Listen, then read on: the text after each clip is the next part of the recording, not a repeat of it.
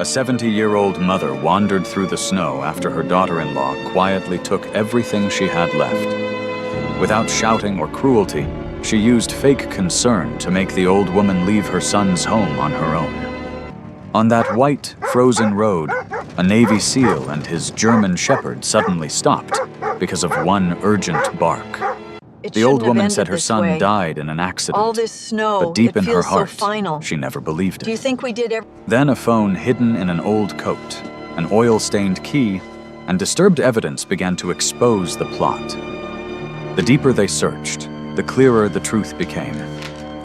Someone had turned family love into a trap to steal everything.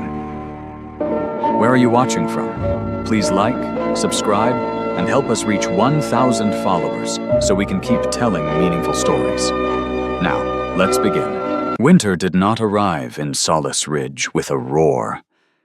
It came quietly at first, like an old god stepping barefoot across the mountains, laying one pale finger over the roofs, the roads, the frozen orchard rows, and the dark arms of the pines.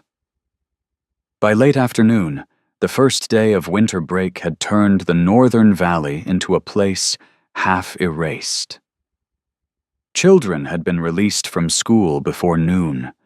Storefronts glowed early. Families hurried home with paper bags of groceries, boxes of ornaments, and that particular kind of hope people carried when they believed a holiday could hold back loneliness.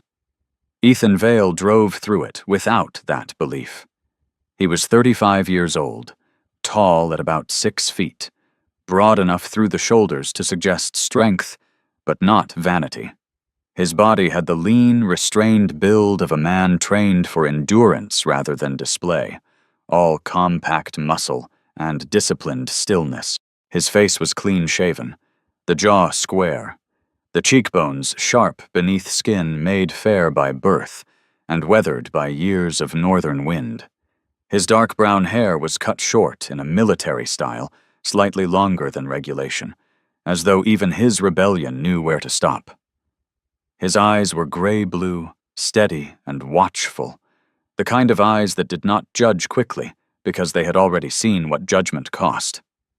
He wore the same old military gray tactical combat shirt he wore most days, its fabric softened by years of use, the cuffs and shoulders lightly frayed, the color faded by washing and weather.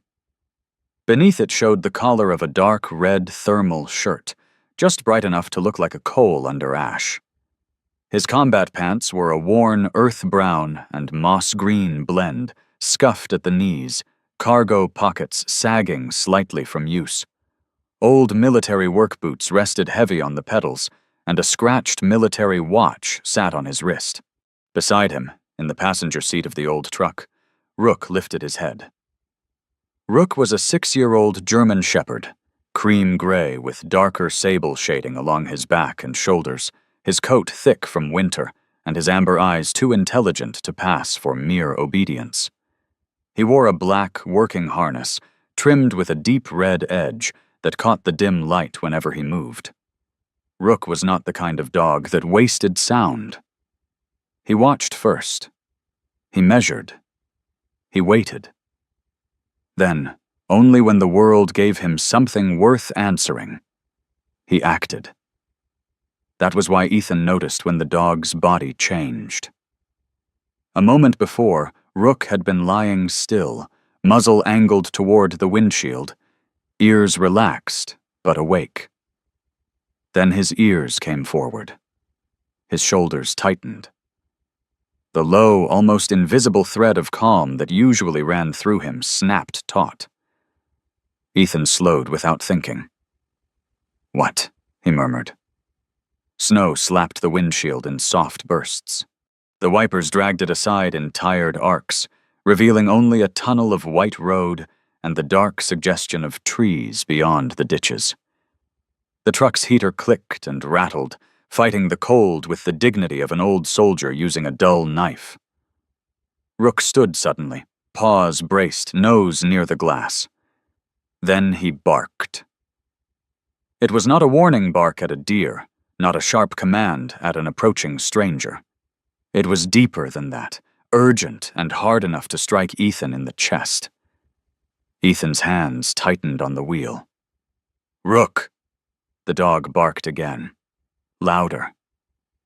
Ahead, the snow shifted. At first, Ethan thought it was a branch moving in the wind. Then the shape separated itself from the white. A figure on the shoulder of the road, small and bent against the storm, moving slowly as if each step had to be negotiated with the earth. A coat too thin for the weather clung darkly to her narrow frame. A scarf had slipped loose around her neck. Snow had gathered on her shoulders and the crown of her silver hair. An old woman. Alone. In a blizzard. Ethan's foot moved to the brake, but his mind did what it often did before mercy could take hold. It measured risk. Distance from town. Road conditions. Unknown person. Unknown story. People in distress were not always harmless. Sometimes they were traps. Sometimes they were wounds so deep that touching them made them bleed onto you. The truck rolled past her by 10 yards. Rook turned in the seat and stared at him. Not at the woman. At him. Ethan exhaled through his nose, almost a laugh, almost a curse. "Don't start." Rook did not blink. The old woman's figure faded in the rearview mirror, nearly swallowed by the curtain of snow. Ethan saw, for a heartbeat, not a stranger on a road, but something older. A person left behind where others had chosen speed over conscience. He had known that look before in other places, on roads without snow, under skies without mercy. He had spent years telling himself he did not owe the world his hands every time it broke. Rook barked once more. Ethan hit the brakes. The truck complained as he shifted into reverse, backing carefully through his own tracks until the woman came into view again. He pulled onto the shoulder, put the truck in park, and sat for half a second longer than necessary.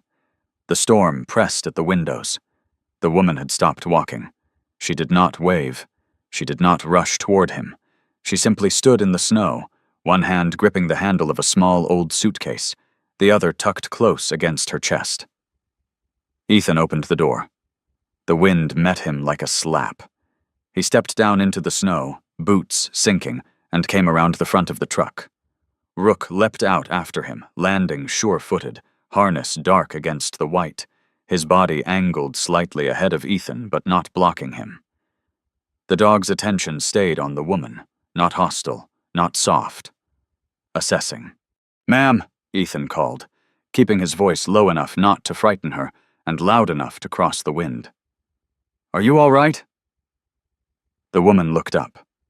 She was somewhere in her early 70s, small and spare, but not fragile in the easy way people used that word for the old. Her face was pale from cold, lined deeply around the mouth and eyes, the skin thin but not lifeless. Her silver hair had been pinned earlier with care, though the storm had loosened it into fine strands along her temples. Her eyes were a clear gray, bright with exhaustion and something more difficult than fear. "I suppose that depends," she answered. Her voice was thin from the cold, but steady. There was even a faint edge of humor in it, like a candle refusing to go out just because the room had darkened. Ethan glanced down at the suitcase, then back at her. "Where are you headed?" She turned her face slightly toward the road ahead. "A little house outside Mill Creek Road, past the orchard bend." Ethan knew the place she meant. Or rather, he knew the kind of place. Old properties pushed out beyond the comfortable edges of town, where mailboxes leaned and fences remembered better years. "That's miles from here." "Yes," she said. A simple answer. No apology inside it. The wind pushed snow between them. Rook stepped closer to the woman, nose working once at the air near her coat. She looked down at him. Something shifted in her face then. Not relief, exactly. Recognition, perhaps. as if the dog had greeted a part of her that people kept missing. "Beautiful animal," she said softly. "He knows it," Ethan replied, before he could stop himself. For the first time, the woman's mouth lifted a fraction. The humor vanished quickly, but its brief appearance made her suffering harder to look at. "I can drive you," Ethan said. "You shouldn't be walking in this." She hesitated. That hesitation told him more than agreement would have. People who had nowhere else to go often feared help, because help came with doors, questions, debts, and the possibility of being told no one last time. "I don't want to trouble you."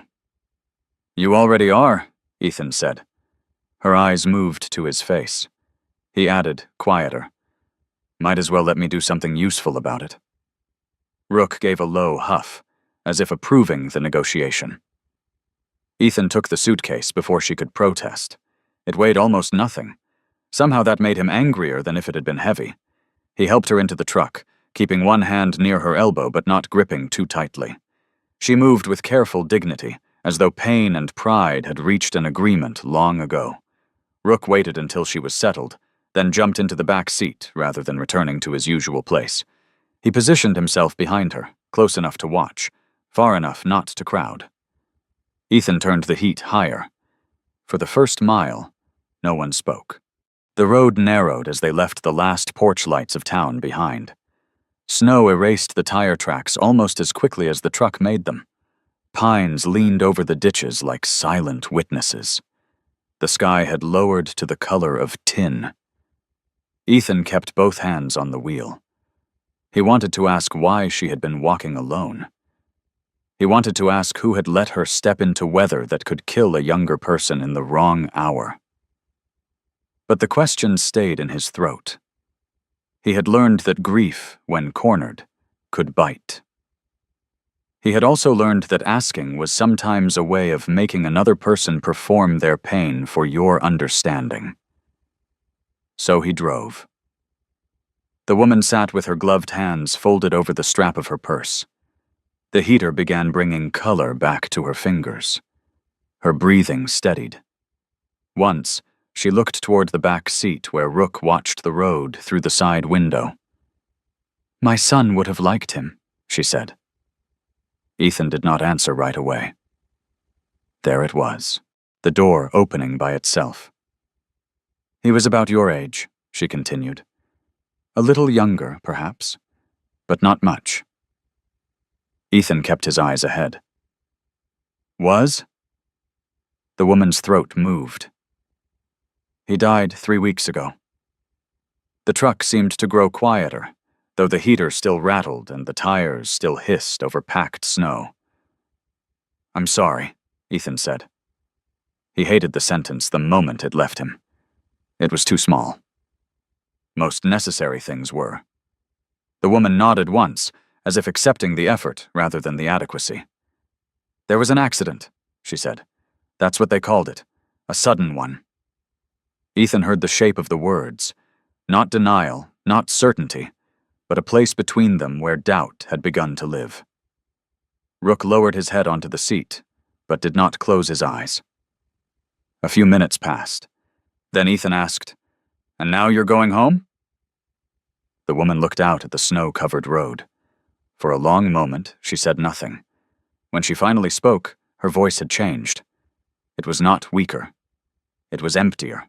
"I don't have a home anymore." Ethan's hands tightened on the wheel. The road curved toward Mill Creek.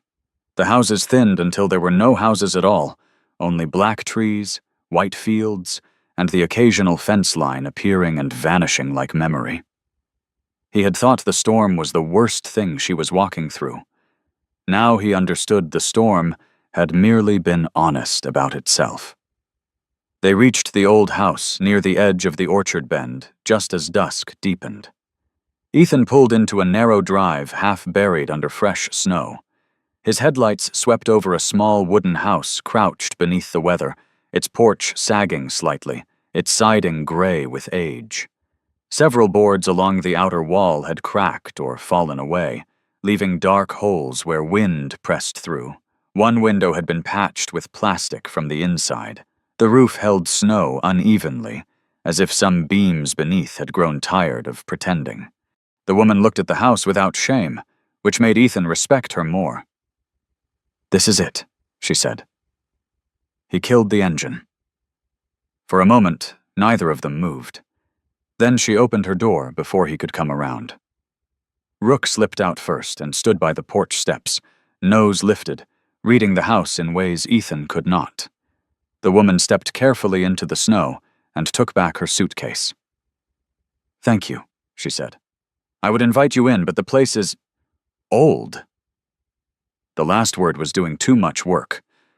Ethan looked at the holes in the siding. "With those gaps, it'll be freezing inside by midnight. It has survived worse winters. People say that about houses when they mean themselves." She looked at him then, and for the first time he saw the full weight she had been carrying under her coat. Not only grief, not only cold, but humiliation. The quiet cruelty of needing help, and not wanting anyone to see how much. "My place isn't far," Ethan said. "I have tools in the truck. I can patch the worst of it tonight." She shook her head faintly. "You've done enough." "No," he said. "I've driven enough." Rook came up onto the porch and stood near the door, glancing once toward Ethan, then toward the broken wall. It was absurd, Ethan thought, how often the dog made silence feel like instruction. The woman noticed, too. "What is his name?" "Rook." "Rook," she repeated, and the name sounded gentler in her mouth. "Like the chess piece? Like the one that moves straight through trouble?" This time the woman did smile. Small, weary, but real. "I'm Eleanor Hayes," she said. "Ethan Vale." She considered him for a moment, then opened the door. Inside, the house surprised him. It was cold, yes.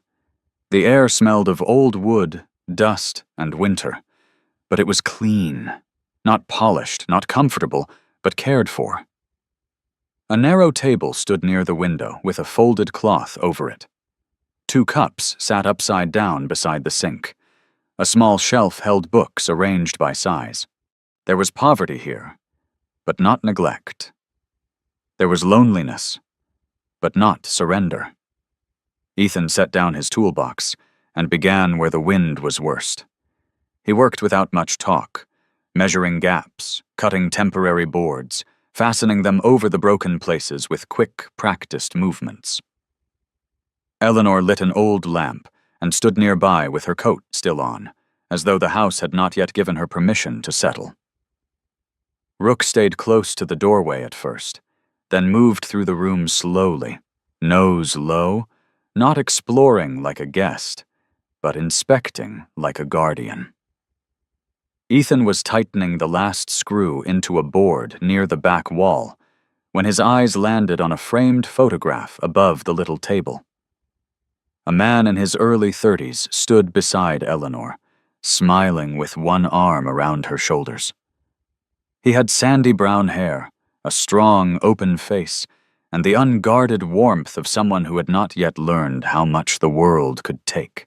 Beside him stood a woman with dark hair and a polished smile, elegant even in a casual photo, her hand resting lightly against his chest.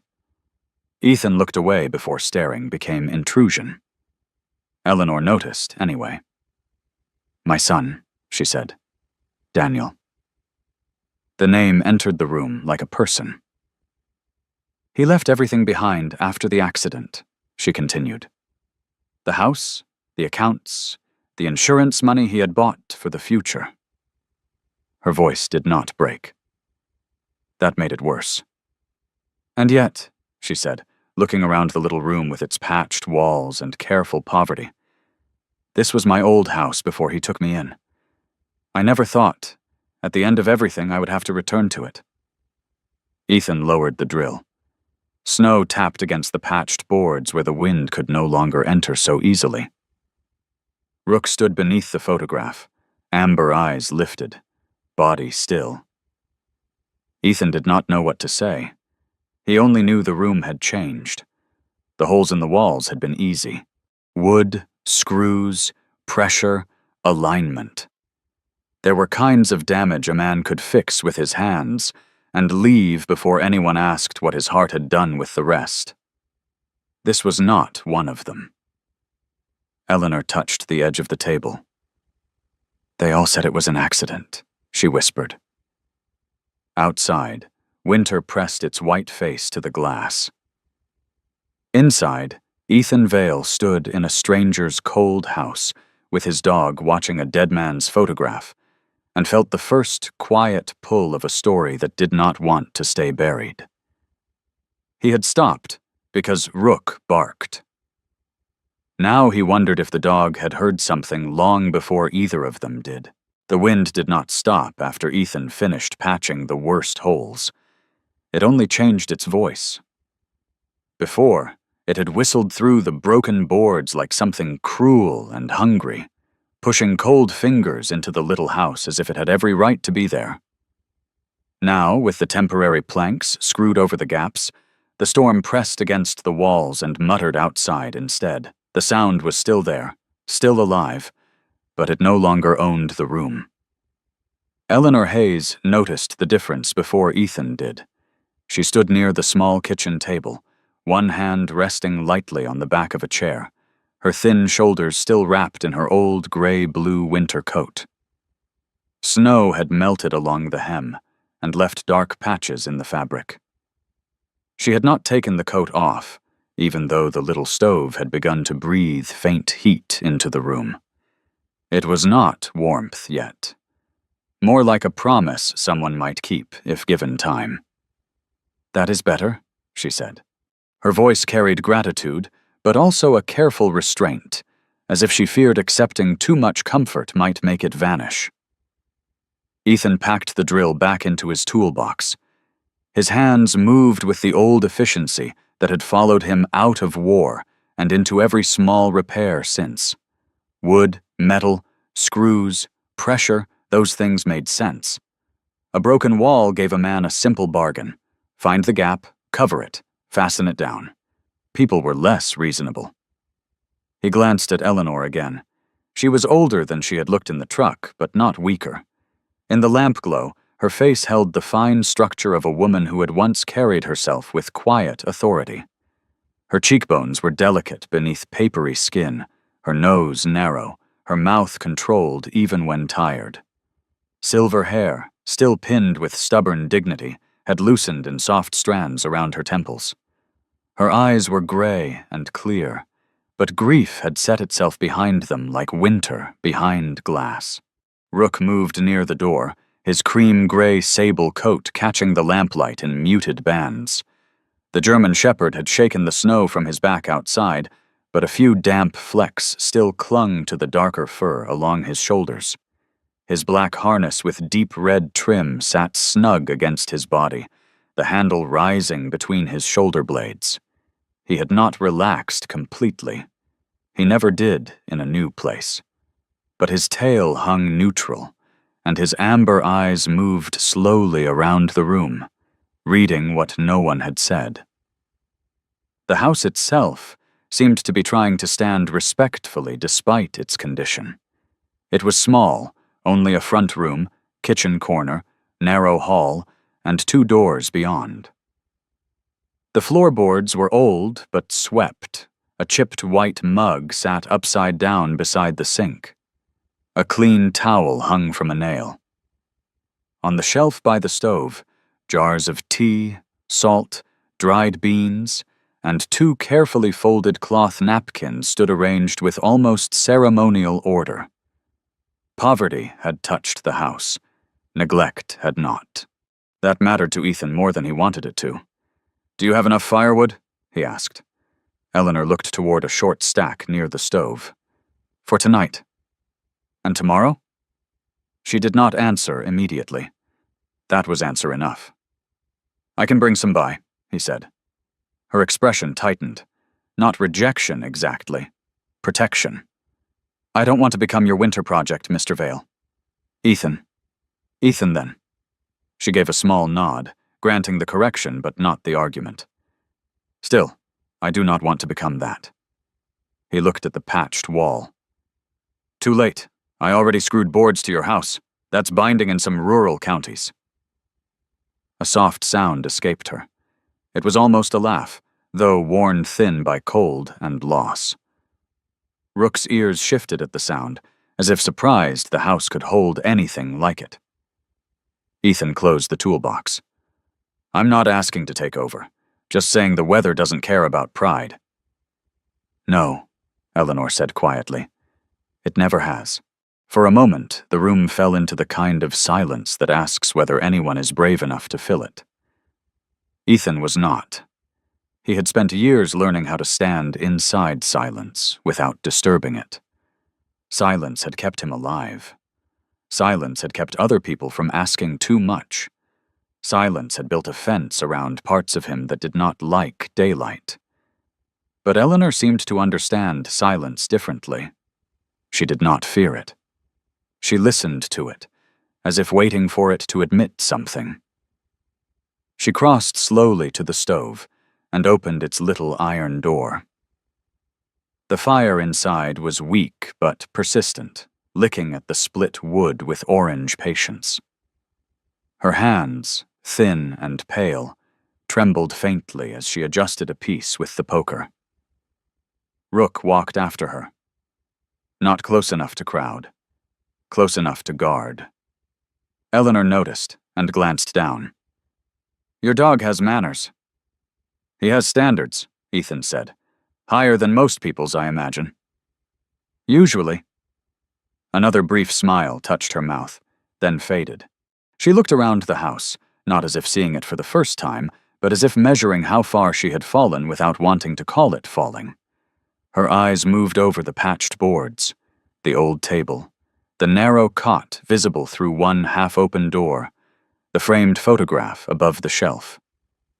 Daniel's photograph. Ethan had already seen it, and he deliberately did not look again. But he felt it in the room the way a person feels a clock ticking after someone mentions time. This house belonged to my husband's family first, Eleanor said, long before Daniel bought the place in town. Ethan remained standing beside the toolbox. Her voice had shifted into the tone people used when they did not know whether they were explaining something to a listener or to themselves. It was never grand, but it was ours. My husband, Walter, used to say it was built stubborn, rather than well. She touched the back of the chair with one finger. He died 12 years ago. Daniel moved me into his home 2 winters later. He said this place was too far out, too cold, too much for me. She paused. I argued, of course. Did you win? I was married for 43 years and raised 1 son. I have won very few arguments cleanly. Ethan felt the corner of his mouth move despite himself. Eleanor saw it. Something in her gaze warmed, not with happiness, but with recognition. Humor, he thought, was sometimes the last small knife people kept when grief took everything else. He wanted me safe, she continued. And perhaps he wanted me close. He never said the second part. Men are bad at saying the second part.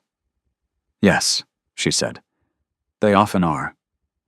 The words settled too near him. Ethan bent to pick up his toolbox, giving his hands something to do. Rook suddenly lifted his head. The movement was small. No bark, no growl, just a tension sharpening like a blade under cloth. Ethan noticed at once. The dog had turned toward the narrow hallway, not the front door. His ears angled forward, his nose worked the air. What is it? Ethan asked softly. Rook took 2 slow steps. Eleanor looked from the dog to the hallway. There's nothing back there except old boxes. Rook stopped near the dark corner beside a coat rack. An old work jacket hung there, brown canvas faded nearly gray, its sleeves stiff from age and cold. Beneath it sat a cardboard box with folded blankets and a pair of cracked rubber boots. The dog did not touch the jacket. He only stood before it, still as carved stone, eyes fixed, nostrils moving once. Eleanor's face changed, not dramatically, but Ethan saw the line of her mouth tighten. "That was Daniels," she said. The room seemed to draw a breath around the name. Rook remained there for several seconds more, then looked back at Ethan. It was not a demand, not yet. It was only the kind of attention that made a man wonder what the world had placed in a corner and expected him not to see. Ethan felt the old alertness move through him. Not fear, not suspicion exactly. A tightening of the inner map. Then Rook turned away and returned to Eleanor's side, as if the moment had served its purpose. Eleanor watched him come back. "He used to hang it there when he visited," she said, "even after I moved out. He said the place needed one living thing that still looked like work." She pressed her lips together. "I haven't touched it." Ethan did not ask why. There are relics in every house. Some people keep wedding rings in drawers, old coffee cans full of nails, birthday cards tied with string. Some keep coats on hooks because taking them down feels too much like agreeing that the body will never return to fill them. The old dog had not found evidence. He had found a wound with fabric over it, and Ethan, standing in the patched little house with snow clawing at the windows, felt the story deepen by one silent inch. Eleanor turned back toward the table. "My daughter-in-law said it would be better if I stayed away from Daniel's house for a while," she said. Ethan kept his face still. She didn't say it cruelly. That may be the worst of it. Eleanor lowered herself slowly into the chair. "Cruelty would have given me something solid to stand against." She was gentle, concerned, very reasonable. Ethan disliked the word before she finished saying it. Reasonable people could do terrible damage. He had learned that long ago. Men with clean boots and calm voices had ordered things that screaming men would never have dared. "What did she say?" he asked. Eleanor folded her hands together on the table. "That I needed rest. That the house was full of strain. That seeing Daniel's things every day might keep me from healing. She said the insurance paperwork and estate matters were complicated, and I should not have to carry them." "She offered to carry them for you?" "Yes." There was no bitterness in Eleanor's answer, only a tired astonishment, as if she still could not believe how easily care and control could wear the same coat. "She said it would only be temporary, that I could come back once things were settled." Eleanor looked toward the patched wall. "But then she changed the locks. For practical reasons, she said. Contractors, insurance people, safety." Ethan set the toolbox down again. The gesture was quieter than anger, but not by much. "She changed the locks while you were gone?" "After suggesting I rest here a few days." Eleanor's voice remained even.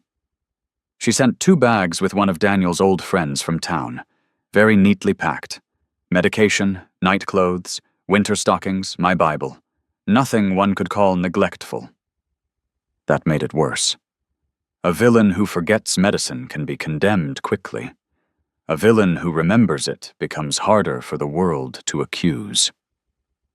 Ethan looked toward the window. Outside, the night had thickened.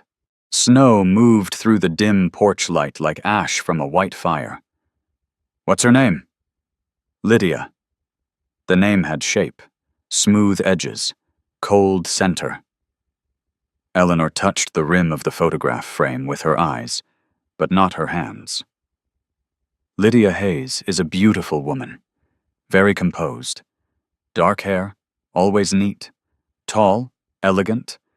She knew which flowers to choose for the service before I remembered there would be flowers. She wrote thank you notes before I could make myself read the sympathy cards." Ethan heard it then. Not accusation. A mother's bewilderment. "She didn't seem broken," Eleanor said. "People grieve differently." "Yes." Eleanor nodded. "That is what I told myself." Rook lay down beside her chair, but not fully. His front paws stretched forward, head lifted, ears open. The position made Ethan think of soldiers sleeping with boots on. Eleanor looked down at him. He doesn't believe that. Rook has opinions about nearly everything. Does he? Mostly about people. And what does he think of me? Ethan studied the dog for a moment. He thinks you're tired. That is not much of an opinion.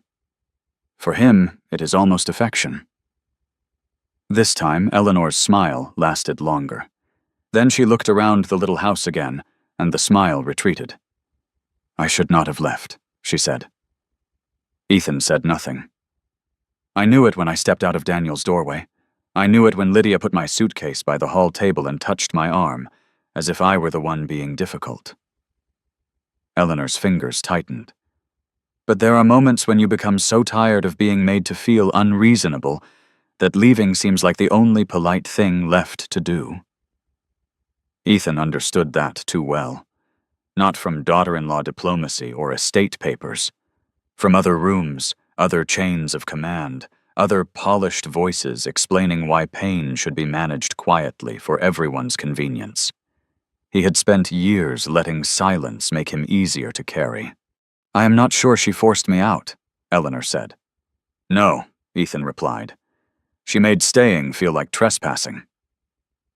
Eleanor looked at him sharply. For the first time since he had met her, something in her eyes opened fully. Yes, she whispered. That is exactly it. The wind struck the side of the house, but the patched boards held. The small victory felt unreasonably large. Ethan checked the stove, then the back door, then the window latch that did not sit square. He made a mental list without meaning to. More wood, weather stripping, maybe a proper patch on the west wall if the old studs were still good, a better lock. The list formed the way old habits formed, without permission. I'll bring wood in the morning, he said. Eleanor began to object. He raised one hand. Not a project, weather.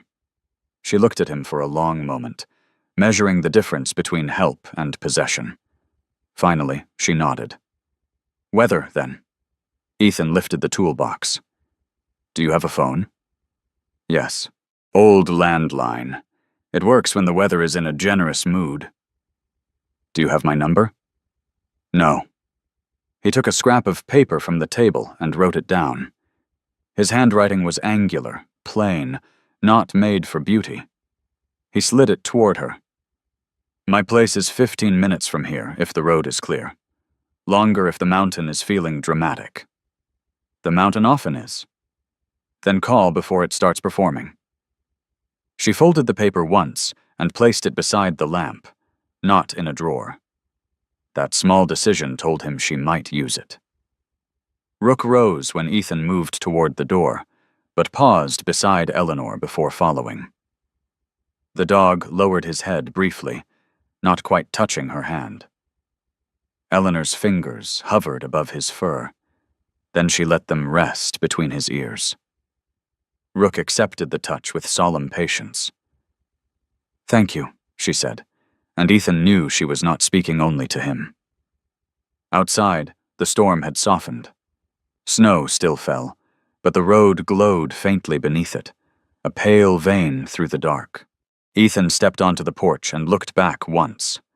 Through the open door, Eleanor stood in the lamplight of a house too old for her grief and too honest for the lies that had followed her there. Behind her, the patched boards held against the wind. At her side, Rook waited, half in the house, half out, as if reluctant to leave her entirely. Ethan felt, with quiet irritation, that some part of him understood the dog. He had not come looking for this. He had only stopped because of a bark in the snow. But as he drove home later, with Rook finally lying silent beside him, Ethan could not shake the image of Daniel's work jacket hanging in the hallway, untouched, waiting in the dark like a sentence no one had finished.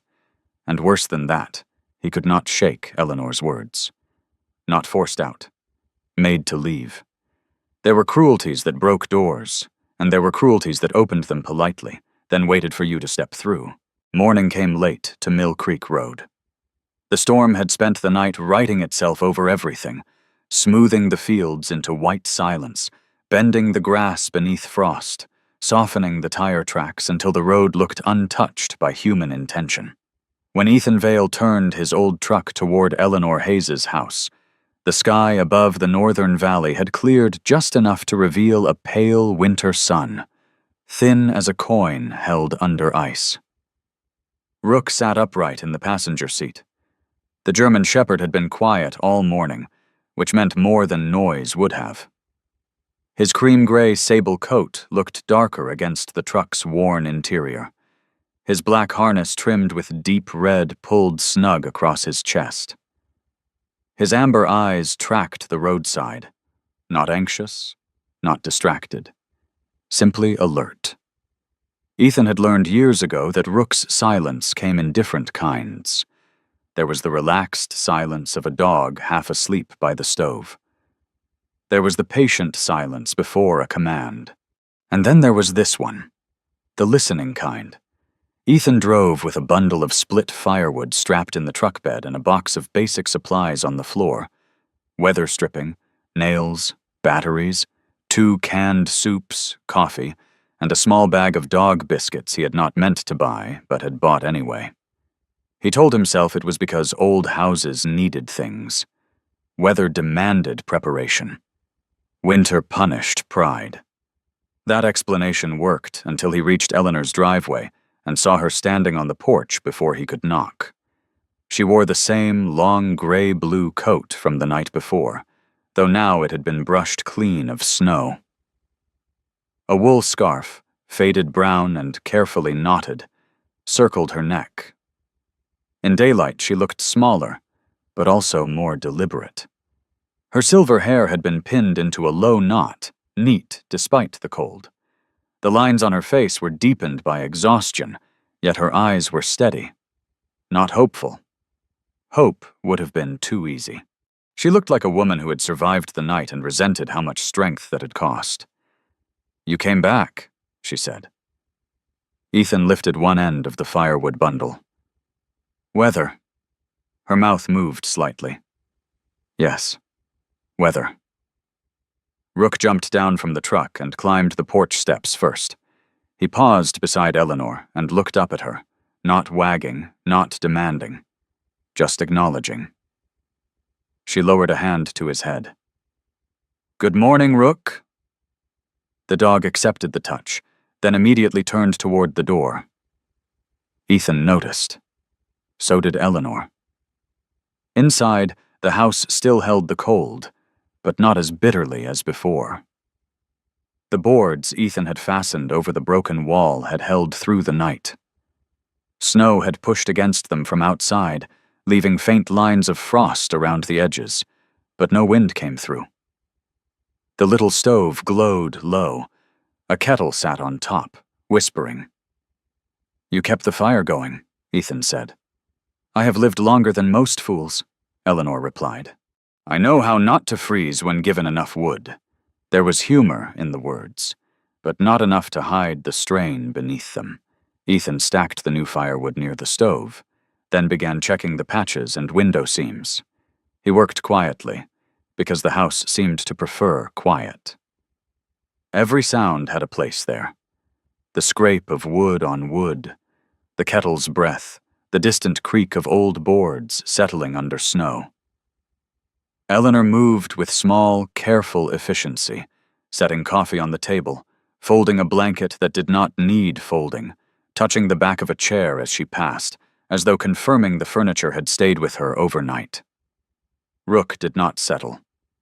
He moved to the narrow hallway. Ethan watched from the corner of his eye, but said nothing. The dog stood near the coat rack again. Not beneath the old brown work jacket exactly, but close enough for the air to change around it. The jacket hung in the same place as before, faded canvas stiff at the sleeves, the shoulders shaped by a body no longer there. Daniel Hayes had left it behind, and Eleanor had left it untouched. and now the house seemed to have built a silence around that fact. Ethan tightened a strip of weather seal along the window frame. Rook's ears twitched. A sound came from the hallway. Not the wind. Not wood. A faint, muffled vibration. Ethan stopped moving. For a second, the sound vanished. Then it came again. A thin, buried buzz, almost swallowed by the house. Eleanor turned from the stove. "What was that?" Ethan did not answer. Rook stood perfectly still, head lowered, ears forward, eyes fixed on the jacket. The sound came a third time. The house, which had held grief all night like an old church holding candle smoke, suddenly seemed to speak from inside the dead man's coat. Not with a voice, with a pulse. A tiny mechanical heartbeat from a pocket no one had touched. A signal trapped between yesterday and whatever truth had failed to arrive. Eleanor's face drained of what little color the morning had returned. "Daniel's phone," she whispered. Ethan looked at her. "I thought—" Her voice faltered. "Lydia said everything had been collected. His things from the truck, his wallet, his phone. She said the officers had what they needed." The vibration stopped. The silence afterward was worse. Ethan moved slowly toward the coat. "May I?" Eleanor nodded once, though the motion seemed to hurt. He lifted the jacket carefully from the hook. It was heavier than it looked. The canvas smelled faintly of cold dust, machine oil, and something warmer beneath it. Human, familiar, nearly gone. Rook stepped closer but did not interfere. Ethan checked the outer pockets first. Empty. Then the inner lining. His fingers found a hard shape wedged deep into a torn seam behind the breast pocket. He eased it free. An old black phone, scratched along the edges, screen cracked at one corner. Its battery icon blinked red when he pressed the side button. Almost dead. But not yet. Eleanor covered her mouth with one hand. Ethan glanced at the screen. Missed calls. Recent. One name repeated again and again. Clara Whitmore. Below it, a voicemail notification. Eleanor lowered herself into the nearest chair without looking away from the phone. "Clara? You know her?" "She was Daniel's friend, a lawyer." Eleanor swallowed. They grew up 2 streets apart. She used to come over with scraped knees and more opinions than teeth. Ethan tapped the voicemail icon. A woman's voice emerged, strained but controlled, slightly distorted by the failing speaker. "Daniel, it's Clara. I've tried 3 times. Today is the last day I can hold the documents without your confirmation. If you changed your mind, tell me. If you didn't, I need you here before 5. I can't keep this open without exposing myself professionally. Please call me." The message ended. No explanation. No accusation. Only urgency. Ethan replayed it once. Eleanor did not stop him. The second time, he listened for what was beneath the words. Fear concealed under procedure, loyalty restrained by law, and something else. Frustration, perhaps, or regret arriving too early. "What documents?" Eleanor asked. Ethan looked at the phone in his hand. "I think we need to ask Clara." The law office sat above a bakery on the quiet end of Main Street, where old brick buildings leaned shoulder to shoulder against the cold. Solace Ridge had dressed itself for winter break with evergreen wreaths in windows, paper snowflakes taped by school children, and strings of lights that looked cheerful until the wind shook them. The town seemed to be pretending life was simple because holidays required the effort. Clara Whitmore's office door had her name printed in black letters on frosted glass. Clara Whitmore, attorney at law. Below it, smaller, estate planning, family law, civil mediation. Ethan noticed the order. Estates first, families second. Mediation last, like hope after damage. Clara opened the door herself. She was in her mid-30s, tall and slender, with dark brown hair pulled back into a low knot so tight it made the sharp lines of her face more severe. Her skin was light with a tired olive undertone, the kind people got from too many hours under office lights and not enough sleep. She wore a charcoal suit, white blouse, no jewelry except a small silver watch. Her eyes were dark, intelligent, and guarded. She looked like someone who believed in rules because people had disappointed her too often to trust instinct alone. Her gaze moved from Ethan to Eleanor, then to Rook standing at Ethan's left side. The dog's presence clearly unsettled her, though she hid it well. "Mrs. Hayes," Clara said softly. Eleanor's shoulders stiffened at the formality. "Clara." For a moment neither woman moved. Then Clara stepped back. "Come in." Her office was neat, almost painfully so. Files stacked square, pens aligned, a framed diploma on the wall. A photograph of a younger Clara, with a boyish-looking Daniel at some county fair, rested on a side shelf, half turned away, as though she had not decided whether to display memory or hide it. Ethan saw Eleanor notice it. Clara did too. She closed the door. "I'm sorry," Clara said. "I should have called you." "Yes," Eleanor replied. "You should have." There was no anger in the words, which made them land harder. Clara folded her hands at her waist. "I didn't know what was appropriate." Ethan set Daniel's phone on the desk. Clara's face changed. Only a little. But enough. "Where did you get that?" "In his coat," Ethan said. "At Eleanor's house. That phone was missing." "Seems so." Clara sat down slowly behind her desk, not because she was calm, but because her knees seemed to require structure. She looked at the phone like it had returned from a place things were not supposed to return. Ethan remained standing. Rook sat beside him, eyes fixed on Clara. Not accusing, simply present. "What documents were you holding?" Ethan asked. Clara's gaze lifted to him. "And you are?" "Ethan Vale." "That doesn't answer why you're involved." "No," he said. "It answers who's asking." For the first time, Clara's controlled expression cracked into something like irritation. Good, Ethan thought. Irritation was more honest than polished grief. Eleanor leaned forward. "Clara? Please." The lawyer closed her eyes briefly. When she opened them, she looked older. "Daniel came to me 2 weeks before the accident," she said. "He believed Lydia was having an affair." Eleanor went completely still. Ethan did not look at her. Some blows deserved privacy even when delivered in the same room. "He had gathered some records," Clara continued. "Messages, credit card charges, a hotel receipt.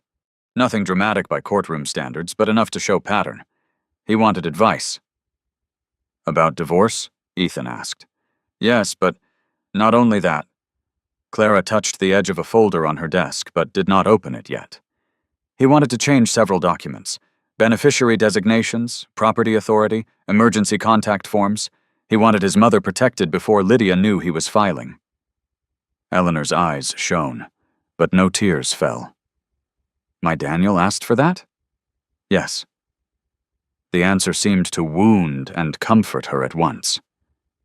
Clara drew a breath. "He was supposed to come in the day he died. He never arrived." "Why didn't you say anything?" Ethan asked. Clara's jaw tightened. "Because Lydia came to see me first." The room seemed to lean toward her. "She told me Daniel was unstable," Clara said. That grief over some private issue, work stress, marital trouble, she framed it carefully. She said he had become paranoid and was trying to move assets to punish her before they could seek counseling. "She never asked me to violate privilege. She was too smart for that. She just made sure that when Daniel spoke to me, I heard him through doubt." Ethan felt something cold settle behind his ribs. A clever person did not need to destroy evidence. They only needed to make the witness mistrust it. Clara's voice dropped. When he missed the appointment, I thought maybe he had realized the plan was reckless, or that Lydia had been right about him being impulsive. Then he died, and everything became complicated. Convenient, Ethan said. Clara looked at him sharply. He did not apologize. Eleanor stared at the desk. He tried to help me. Yes, Clara said. Her face tightened with shame.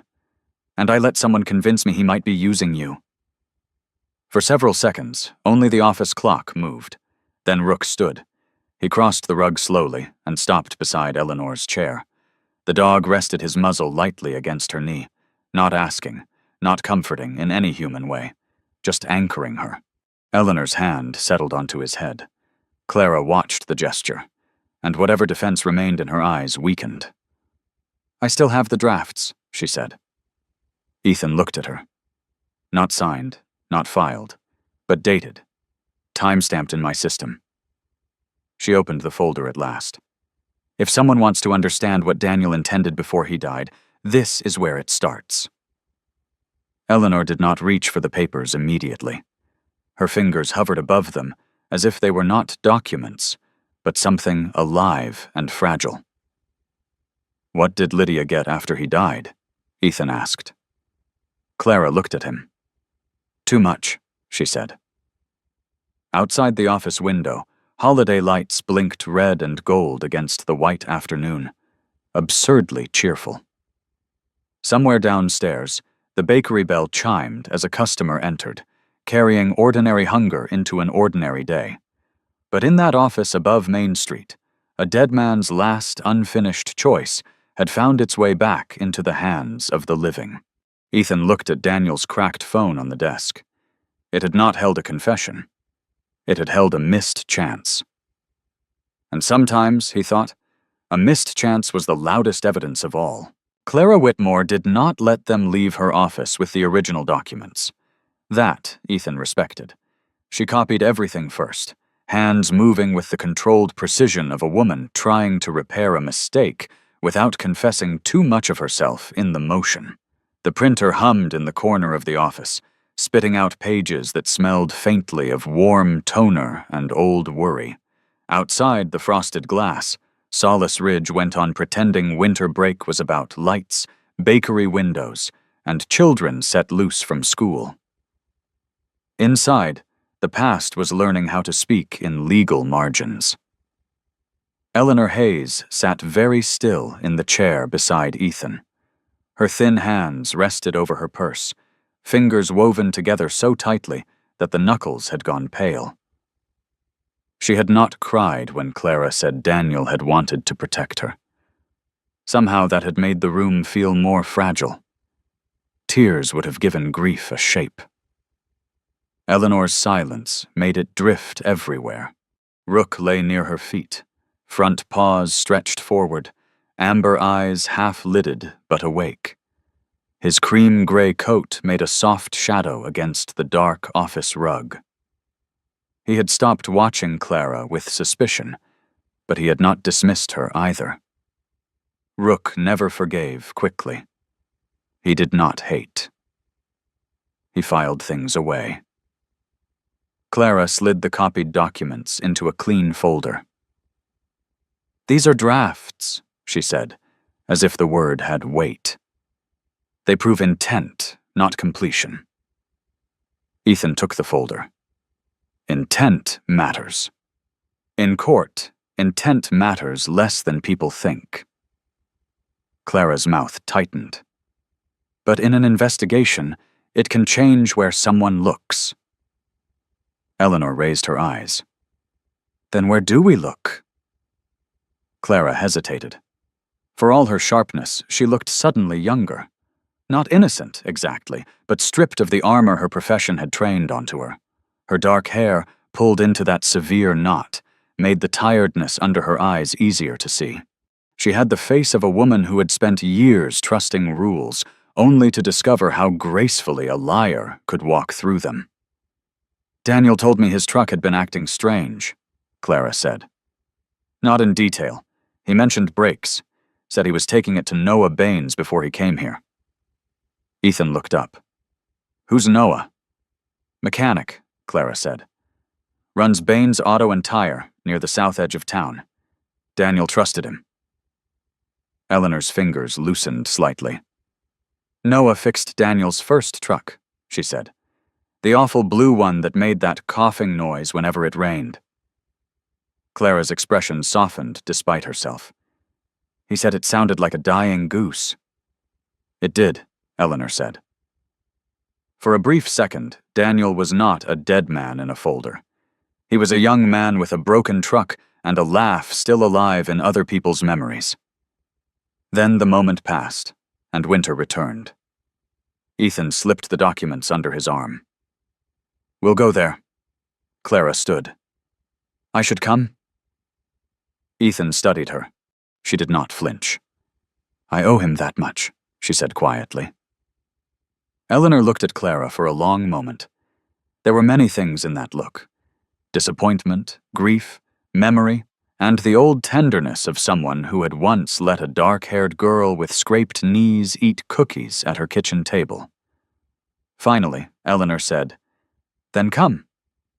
Baines Auto and Tire sat past the cheerful part of town, where Main Street gave up its holiday decorations and became practical again. The building was long, low, and metal-sided, with faded blue trim and a sign that had survived too many winters to care about looking new. Tire tracks crossed the packed snow in front of two open service bays.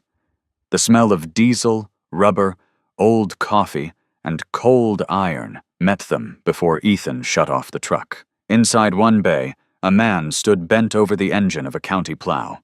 Noah Baines was in his mid-50s, broad through the shoulders and thicker through the middle, built like someone who had spent decades lifting things badly because they needed lifting. His face was weathered and round, but not soft, with a gray-brown mustache that sat above a mouth clearly uninterested in flattery. His hair had thinned on top and grown stubborn around the sides. He wore a red and black flannel shirt beneath a grease-darkened canvas vest, old jeans, and work boots with salt-dried white along the seams. His hands were large, cracked, and permanently stained at the nails. He looked up when they entered, and irritation crossed his face first. Then he saw Eleanor. The irritation left. Not in a dramatic way. Noah did not seem made for dramatic shifts, but his eyes changed, and his shoulders settled into something almost respectful. "Mrs. Hayes," he said. "Noah." He wiped his hands on a rag, already too dirty to help. His gaze moved to Clara, then Ethan, then Rook. The dog stood at Ethan's side, quiet and steady, watching the mechanic with the solemn interest of a judge who smelled motor oil. Noah pointed the rag toward Rook. "That dog bite?" "Only fools," Ethan said.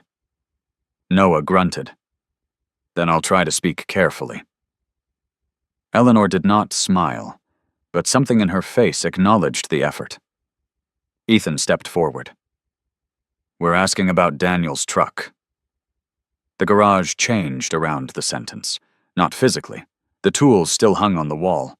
The plow still sat with its hood open. Somewhere in the office, an old radio muttered weather reports through static. But the air tightened. Noah's hand stopped moving against the rag. "What about it? When did he bring it in?"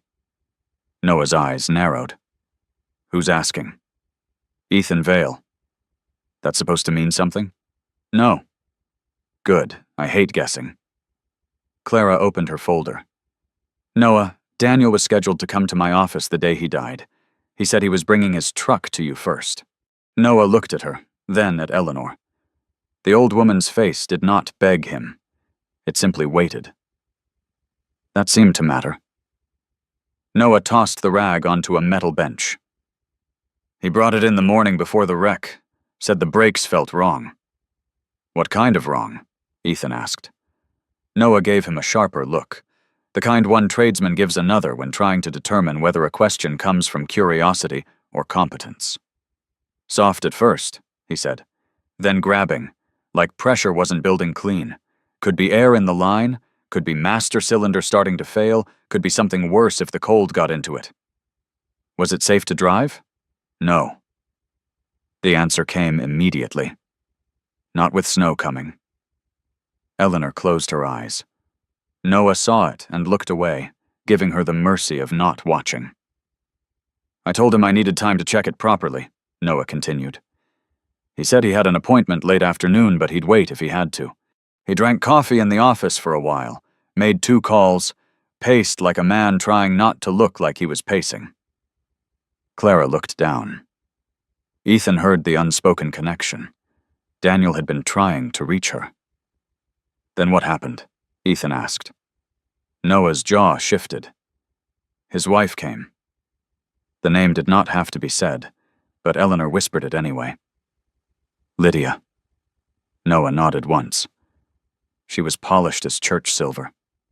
Long beige coat, dark hair, expensive boots that had no business in my slush.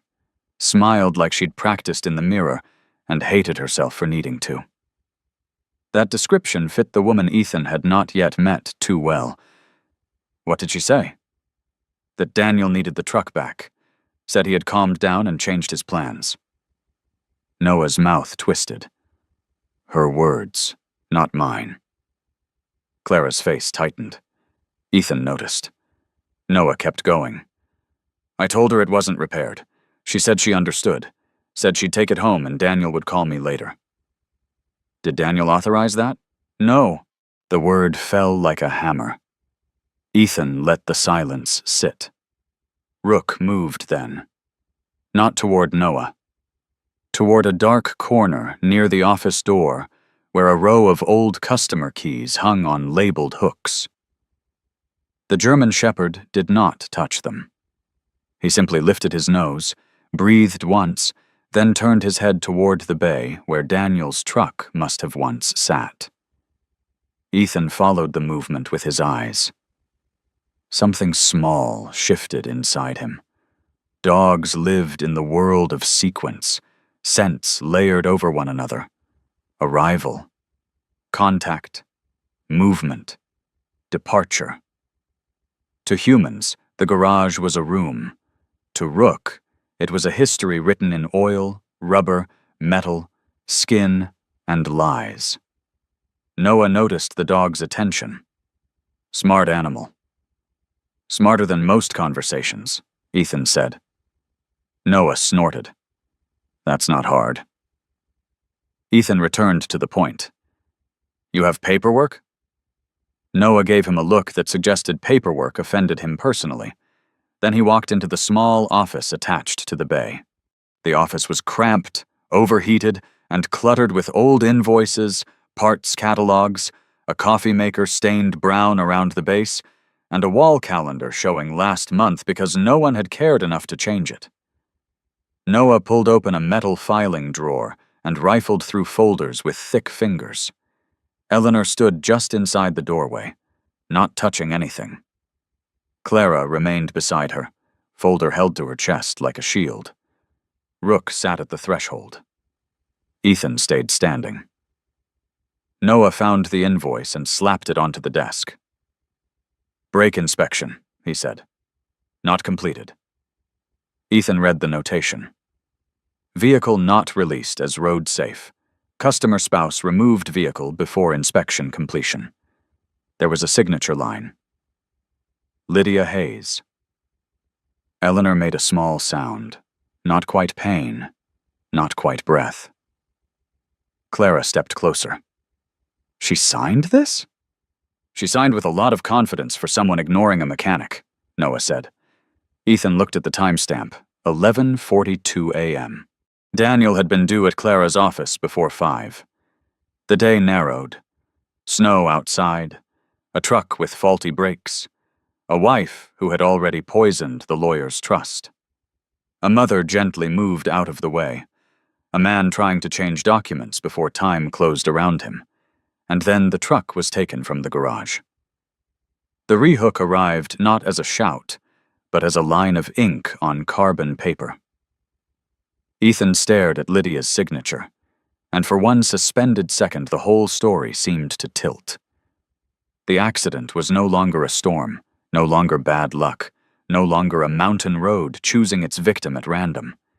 It had a hand near it now. Not pushing. Not striking. Just opening the wrong door at exactly the right time. Noah reached past him and tapped the lower half of the invoice. "There's more." Ethan looked down. A note written in Noah's blunt hand. Advised not safe for winter driving. Spouse stated, "I'll take responsibility." Clara covered her mouth. Eleanor did not move. The old woman's face had gone very calm, and that calm frightened Ethan more than tears would have. "Did she?" Eleanor asked softly. Noah looked at her. "Yes, ma'am." The words seemed too large for the little office. Ethan's mind began assembling what the heart did not want to touch. The invoice proved Lydia knew. It proved warning. It proved responsibility acknowledged. But it did not prove Daniel had been deceived into driving. Not yet. "Did Daniel know she picked it up?" Ethan asked. Noah shook his head. "He wasn't here. He walked over to Maggie's diner to make calls and get food. Lydia came while he was gone." "Did you call him?" "I tried. Went straight to voicemail." Noah frowned. Which was odd. He'd been checking the thing every 2 minutes earlier. Daniel's missing phone sat like a ghost in Ethan's memory, hidden in a coat instead of in a dead man's pocket. Clara looked at Ethan, and he knew she had thought the same thing. Noah turned to his old desktop computer. "There's a camera facing the lot. Mostly catches raccoons in bad parking, but it would show her taking the truck." He clicked through files with the irritation of a man who considered technology a personal insult. Grainy footage filled the screen. The timestamp matched. A dark pickup rolled backward out of the service bay. Lydia appeared beside the driver's door for a moment. Tall, composed, beige coat, stark against the oily gray of the garage lot. She moved with no hurry, no fear. She spoke to Noah, signed the clipboard, then climbed into the truck. The truck left. Eleanor's hand gripped the doorframe. Rook stood, taking one step closer to her. Ethan watched Lydia's image disappear from the frame. A woman could lie with words. The footage showed something worse. Comfort. She had not looked like a woman helping a stressed husband. She had looked like a woman completing a task. "Can we get a copy?" Clara asked. Noah gave her a grim look. "Already making one." The radio in the bay crackled suddenly. Weather advisory, snow accumulation, hazardous driving conditions in shaded mountain corridors. Noah reached over and snapped it off. No one thanked him. Back outside, the winter light had shifted toward afternoon.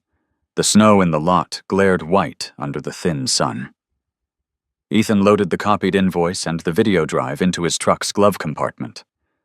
Clara stood near Eleanor, speaking quietly, but Eleanor seemed beyond hearing for a moment. Noah came out last, hands shoved into his vest pockets. "Daniel wasn't drunk," he said suddenly. Ethan turned. Noah stared toward the road, jaw working. "If anyone told you that, they're lying or repeating someone who was." He was upset, sure, tired, angry maybe, but not drunk.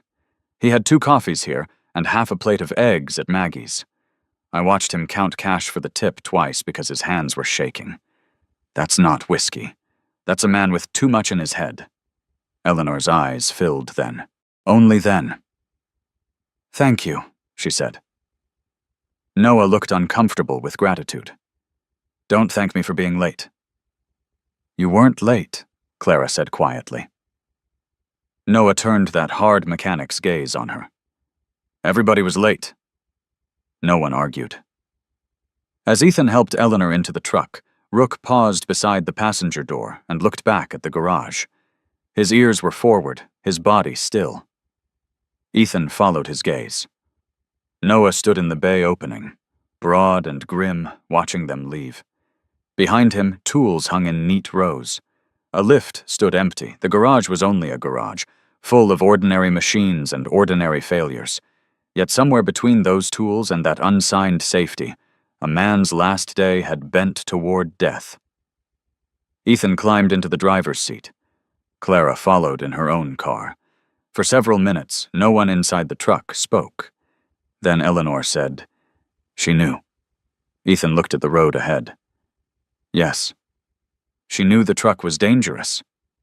Yes. And Daniel did not. Ethan did not answer as quickly this time, because truth, if spoken too soon, could become cruelty. Finally, he said, "We know what Noah told her. We know she took it.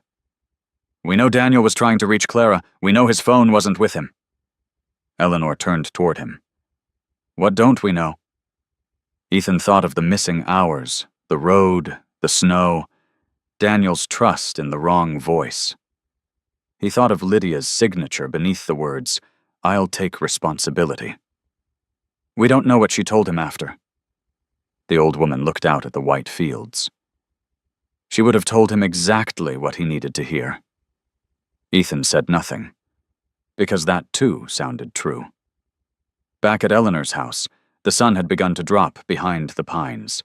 The patched boards held, casting hard shadows across the floor.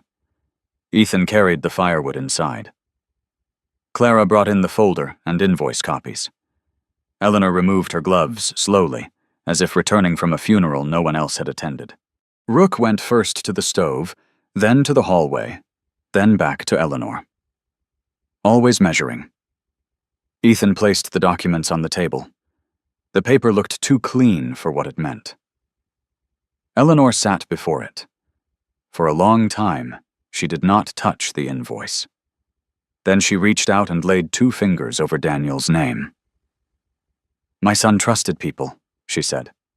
"Not foolishly, not blindly. He simply believed love should not require suspicion." Clara stood by the window, face turned away. Ethan remained beside the table. Outside, the first evening stars began to appear above the snowfields, cold and bright as old witnesses. Eleanor lifted her hand from the paper. She used that. The words were quiet. They were also the truest thing anyone had said all day. Ethan looked at Rook, who had lowered himself beside Eleanor's chair, still watchful, still refusing sleep. In war, danger announced itself with heat, sound, pressure, light. In towns like this, it came wearing a beige coat and signing forms in a neat hand. It spoke gently. It took responsibility on paper, then handed death to someone else to carry. Ethan gathered the copied invoice, the video drive, and Clara's draft documents into one folder. This was no longer a feeling. It was a trail. And for the first time since Rook had barked in the storm, Ethan understood that the whiteout had not hidden Eleanor from him. It had revealed the first person Lydia Hayes had failed to erase. By the time they returned to Eleanor Hayes's house, the daylight had thinned into that blue hour winter loved best. The hour when the world looked clean enough to forgive and cold enough to remember everything. Ethan Vale carried the folder inside first. It had grown heavier without changing size. Inside were copies of Clara Whitmore's draft documents, Noah Baines's invoice, the still frame from the garage camera, and the printed line that had not left Ethan's mind since he saw it. "I'll take responsibility." Some sentences were only words, until a dead man stood behind them. Eleanor entered after him slowly, one gloved hand resting on the door frame. She had not said much on the drive back from Noah's garage. Her silence was different now from the silence of the woman Ethan had found in the snow. That silence had been exhaustion. This one had edges. Rook followed her in, snow dusting his cream-gray sable coat.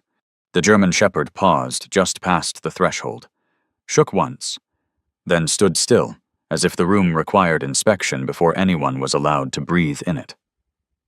His black harness, trimmed in deep red, made him look almost ceremonial in the dim light, less like a pet, and more like a guardian posted at the entrance of an old temple, where grief had been keeping vigil. Clara Whitmore arrived 10 minutes later, her dark sedan easing into the drive with careful tires. She came in with a leather work bag tucked under one arm, her charcoal coat buttoned high against the cold. In the low light of the house, the lawyer's face looked sharper than it had in her office. The professional mask remained, but fatigue had begun to show through it. Shadows beneath her eyes, a slight tension around the mouth, the stillness of someone who knew she had already been wrong once and could not afford to be wrong again. Ethan placed the folder on Eleanor's small kitchen table. No one sat immediately. The old house seemed too small for the evidence, the patched boards held against the wind. The stove gave off faint heat. The lamp near the table painted everything in amber. Eleanor's thin hands, Clara's closed expression, Ethan's worn gray tactical shirt, the scratched face of his old military watch. Outside, the snowfield behind the house turned violet under the falling evening. Eleanor finally removed her gloves. She looked at the folder, but did not touch it. "She signed that paper," she said. "Yes," Ethan answered. "She knew the truck was unsafe." "Yes." "And then Daniel drove it." Ethan looked at Clara. Clara's gaze lowered. "We still don't know what he was told." Eleanor gave a small nod, accepting the distinction because truth deserved accuracy, even when pain wanted speed. Rook moved away from the table. At first, Ethan thought the dog was only restless. Rook crossed the room slowly, nose close to the floorboards, not sniffing wildly but following something precise.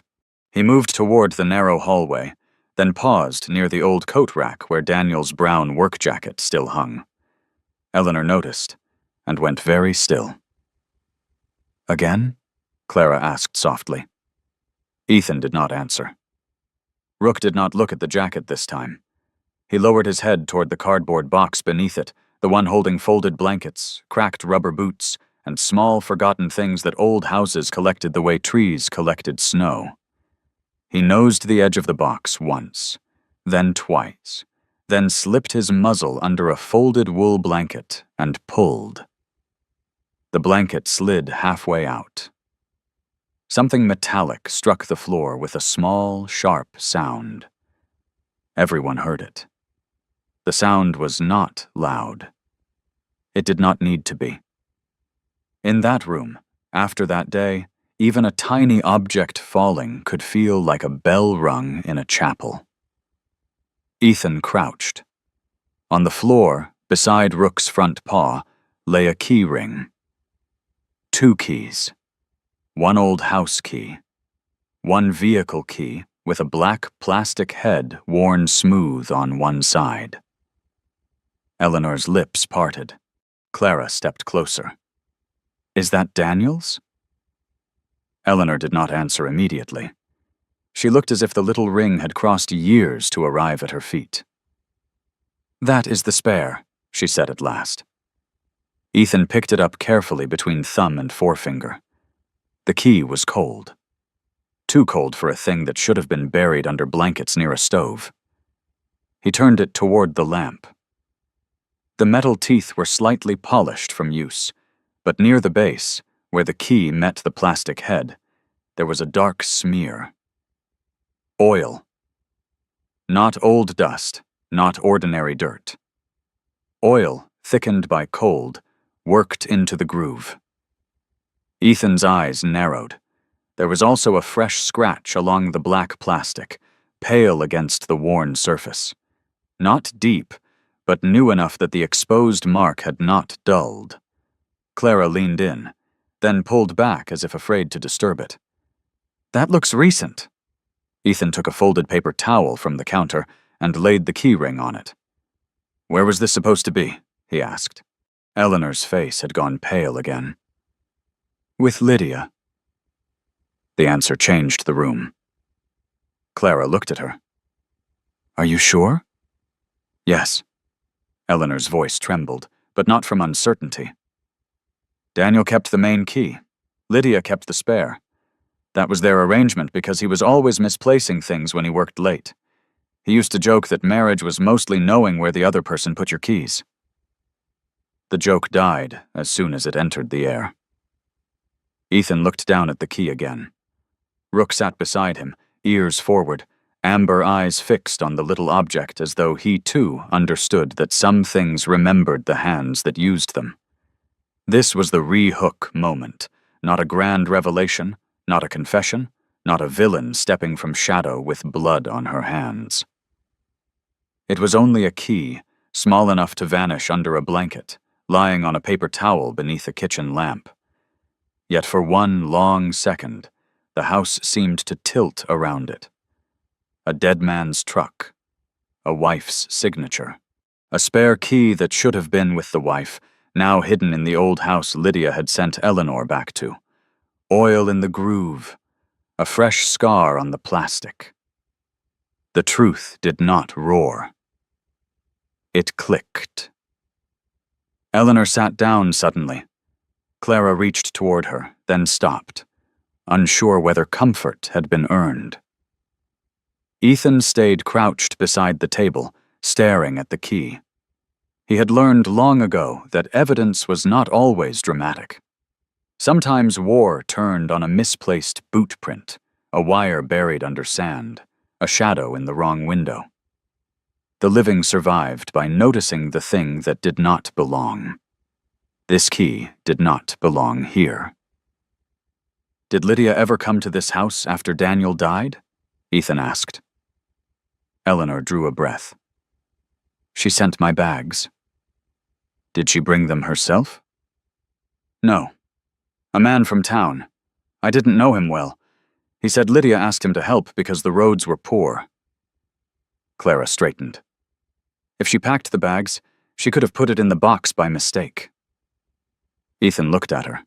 Clara held his gaze, and to her credit, she did not retreat from the challenge in his eyes. "I'm not defending her," she said. "I'm thinking like a lawyer. A misplaced key can be explained." "Oil and a fresh scratch?" Ethan asked. "That is harder." "Not impossible." "No," Clara admitted.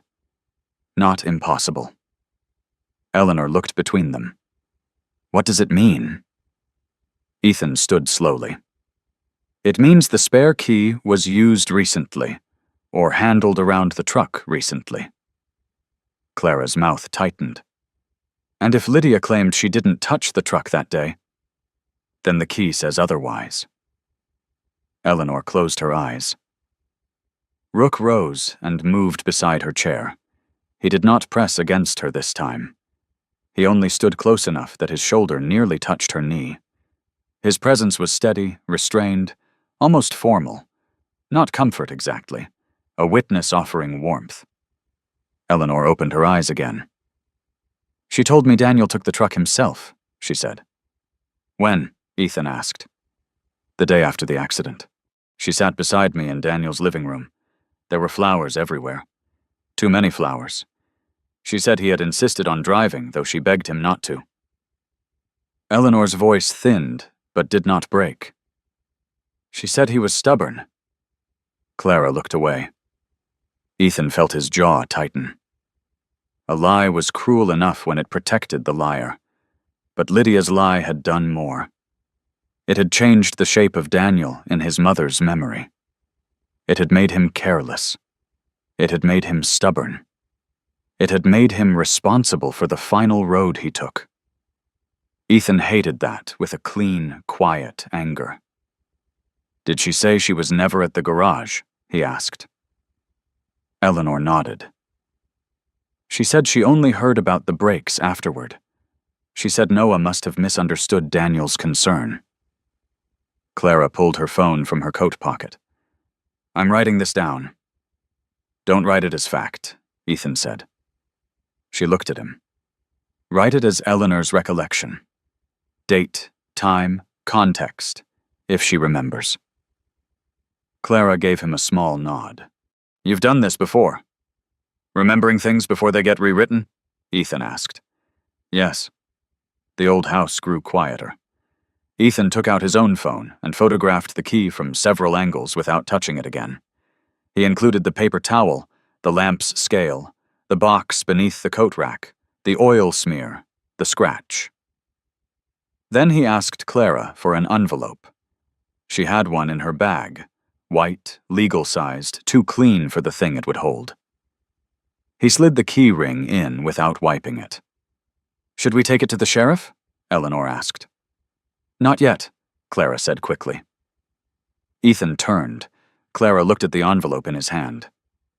If we walk in now with drafts, an invoice, video, and a key, we have questions. Strong questions. But Lydia can still explain pieces separately. She'll say she picked up the truck as a favor. She'll say she misunderstood Noah. She'll say Daniel took the spare. She'll say the key ended up here when your bags were packed. And if we wait? Eleanor asked. Clara's expression hardened, not coldly, but with the returning structure of her profession. We organize the chain. We document where each item came from. We make sure nothing can be dismissed because we were emotional and careless. Ethan respected that too.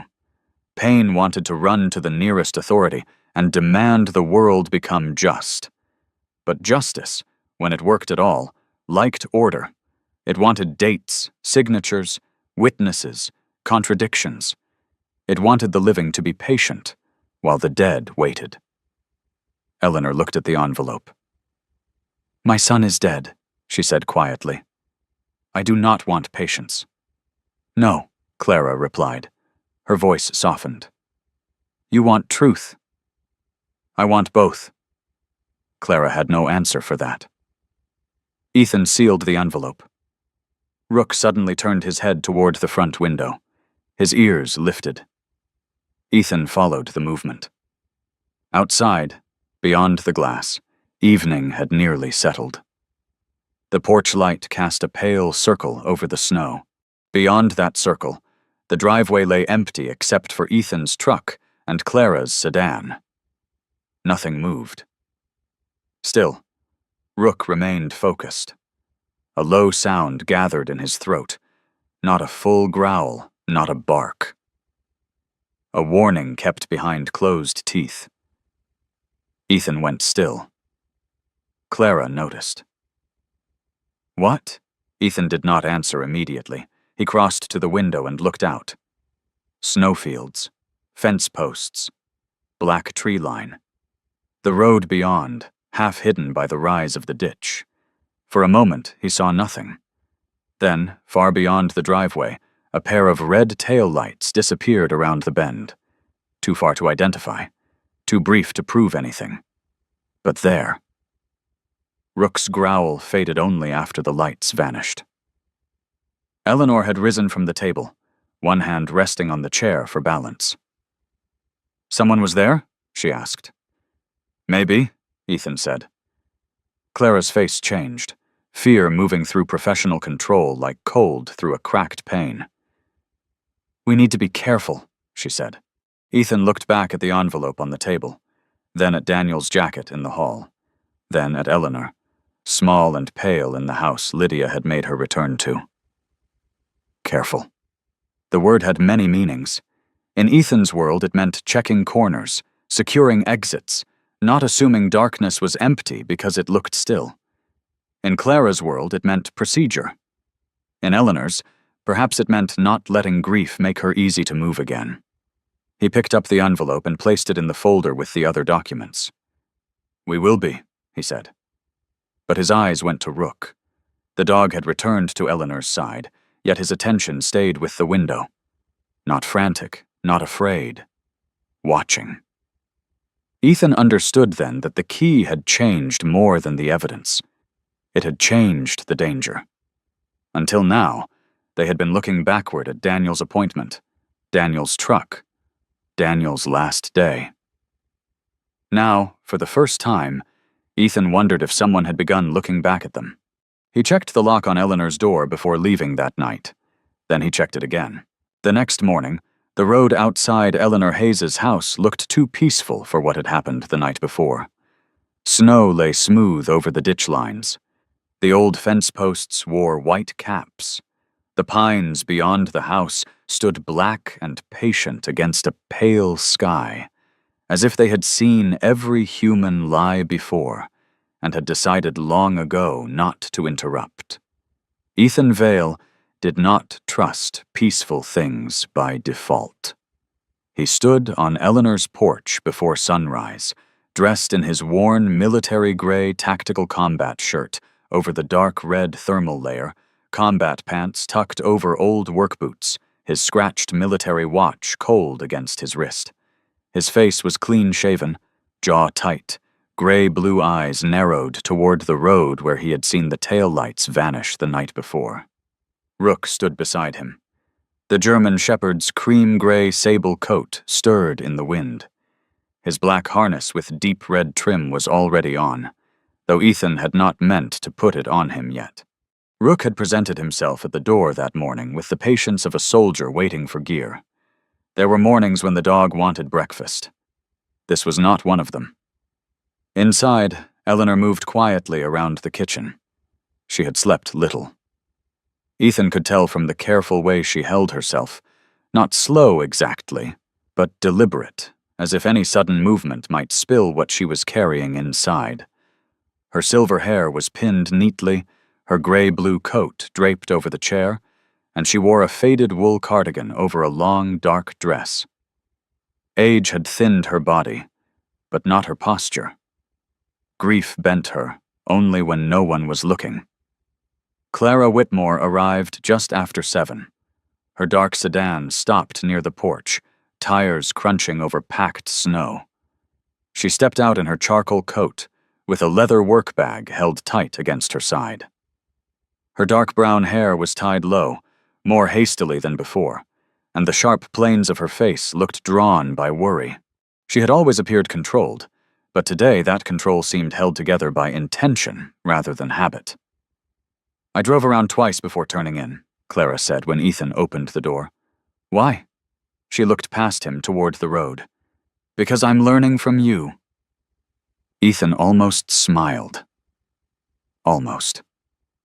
Inside, Clara spread the documents across Eleanor's table. Not the originals, only copies, arranged in clean rows. Daniel's draft filings, Noah Baines's invoice, the garage camera stills, photographs of the spare key, Eleanor's written recollection of Lydia's statements. Clara had also typed a timeline, each line dated, each source noted, each uncertainty marked rather than hidden. Ethan respected that. Truth handled carelessly could become only another story. Eleanor stood beside the stove, watching the papers like they were bones laid out after an exhumation. "What happens now?" she asked. Clara drew a breath. "Now we make sure none of this disappears, and then we take it to someone who can act." The phone rang before anyone could respond. The old landline on Eleanor's wall gave a brittle, metallic sound that made Rook lift his head. Eleanor looked at it as if it had spoken out of turn. The second ring came sharper. Ethan moved toward it. Eleanor raised a hand. "No, it is my house," she answered. "Hello?" Her face changed on the 3rd second. Not fear, not surprise. Recognition. Ethan went still. Rook rose. Eleanor listened without speaking. The receiver trembled faintly in her hand, but her voice, when it came, remained polite. "Yes, Lydia." Clara's eyes closed briefly. Ethan crossed his arms, not because he needed the posture, but because his hands wanted something more violent to do. Eleanor's gaze lowered to the floor.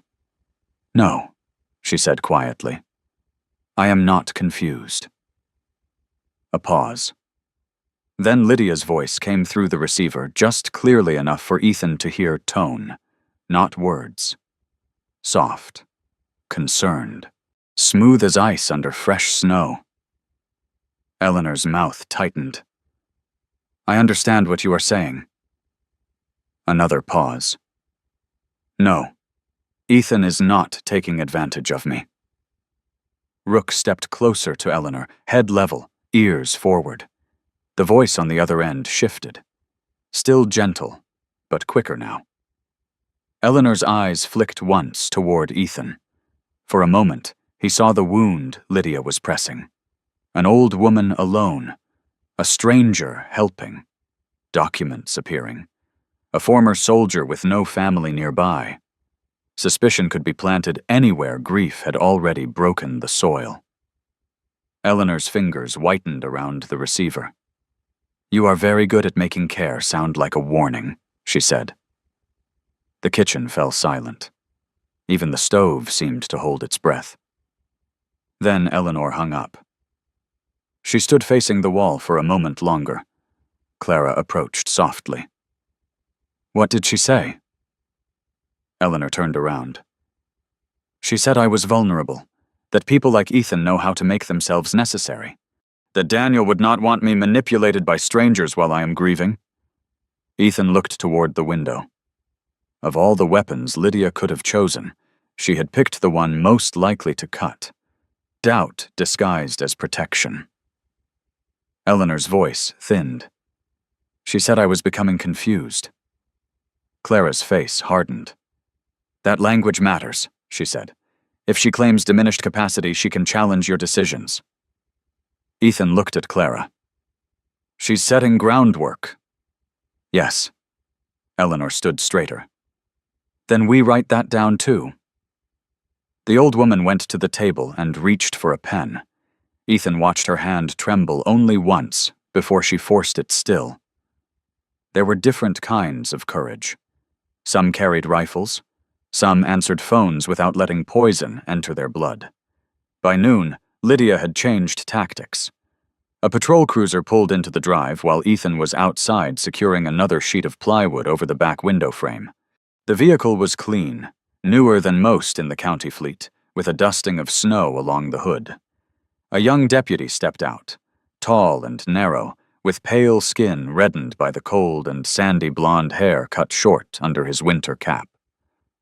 Deputy Mark Ellison looked no older than 27. He had the earnest posture of a man still trying to decide whether authority should feel heavy or impressive.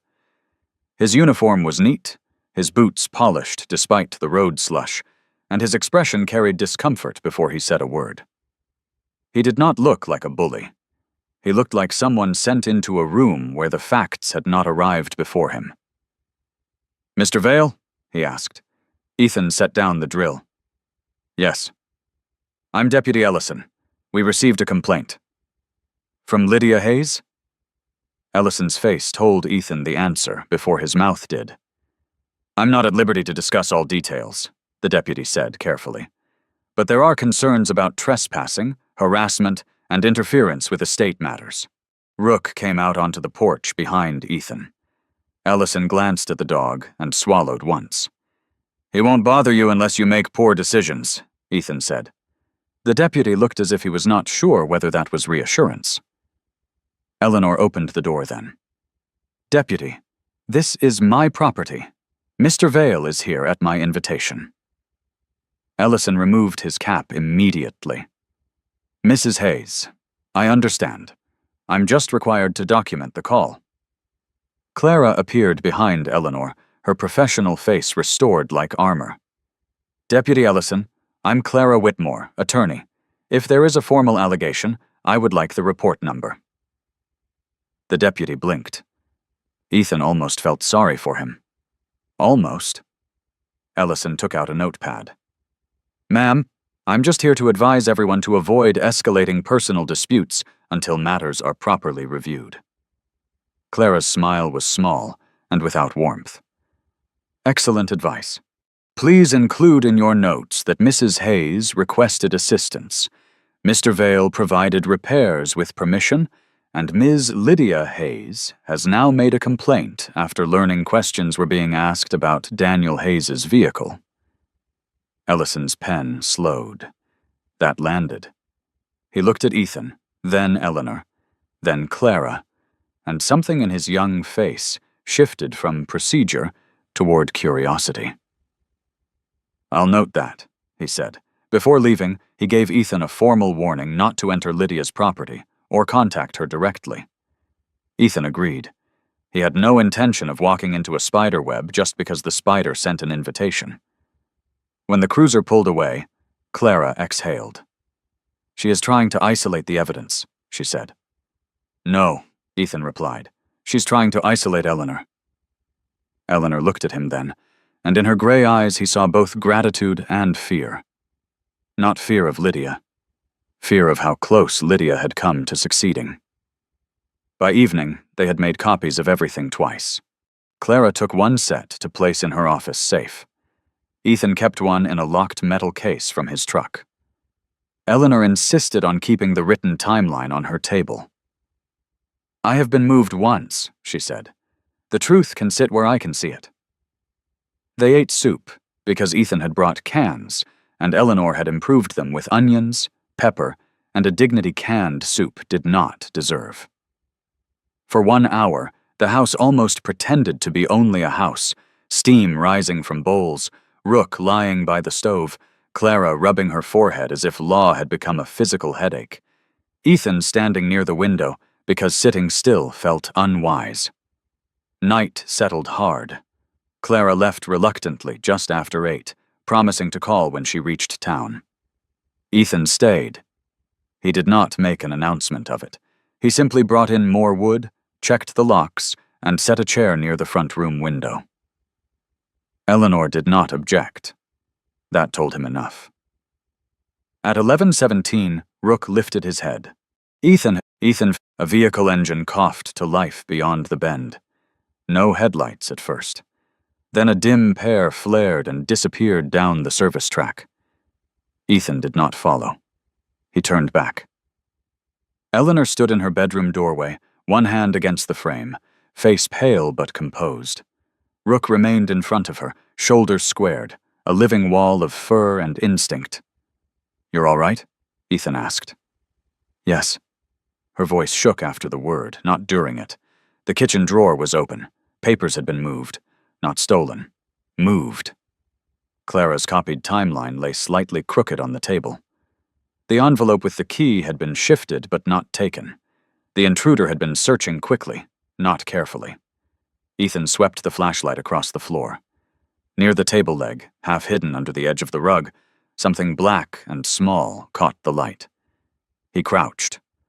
A magnetic tracking device, no larger than a matchbox. Beside it, a smear of wet snow and a partial boot print darkened the floorboards. Ethan did not touch the device. He stared at it. Not the break-in itself, not the shadow running into the woods, but the small black object left behind like a beetle under the table. Suddenly, the house was not only a place being searched. It was a place meant to be watched. Lydia's game was not merely defense. It was control. She had not sent someone only to steal the past. She had sent someone to follow the future. Eleanor came closer. Rook pressed against her leg. "What is it?" "A tracker," Ethan said. The word seemed to make the room colder. Eleanor looked at the table, the papers, the patched walls, then the little device. She wanted to know where the evidence went. "Or where you went," Ethan said. That was worse, and both of them knew it. Ethan photographed everything, the open drawer, the shifted papers, the boot print, the device where it lay. Then he stepped outside and found the track near the back door, one set of prints coming in from the trees and leaving fast.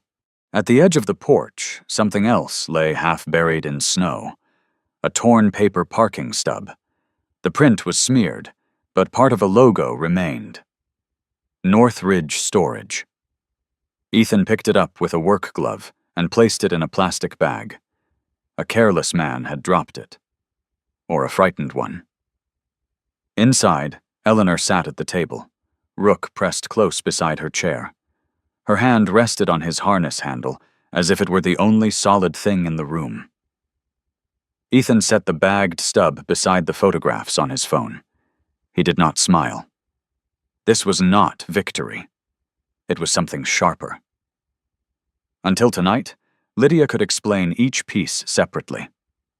A concerned call, a complaint, a misunderstanding, a misplaced key, a vehicle picked up in confusion. But hired hands made mistakes, polished people did not. And now the hand had left a fingerprint of movement, if not skin. Ethan looked toward the dark window. Somewhere out there, Lydia Hayes had tried to turn the board again. But this time one of her pieces had slipped. Morning did not feel like morning. It arrived pale and cold over Mill Creek Road, sliding across the snowfields with the weary patience of something that had seen too many human sins repeat themselves. The sky was clear at last, a hard blue dome above the pines. But the beauty of it did not soften anything. Not the tracks behind Eleanor Hayes's house, not the open drawer in her kitchen, not the small black tracking device sealed in a plastic bag on her table. Ethan Vale stood beside that table, with his sleeves pushed to his forearms, gray tactical shirt worn at the cuffs, dark red thermal collar visible at his throat.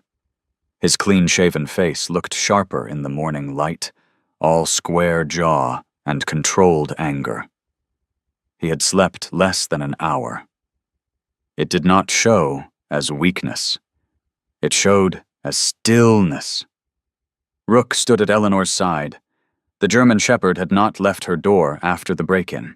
His cream-gray sable coat caught the lamplight in quiet bands, and his amber eyes carried the grave steadiness of an animal who knew danger had crossed a threshold and might do so again.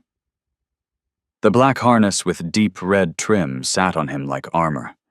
He had not barked since the intruder fled. He did not need to. His silence had become its own warning. Clara Whitmore arrived before 8, no longer trying to look composed for its own sake. The lawyer's dark hair was still tied low, but strands had escaped near her temples. Her charcoal coat was buttoned unevenly, and a folder was clutched to her chest, as though paper could become a shield if held tightly enough. She looked at the photographs Ethan had taken, the bagged device, the muddy boot print, the torn Northridge storage stub.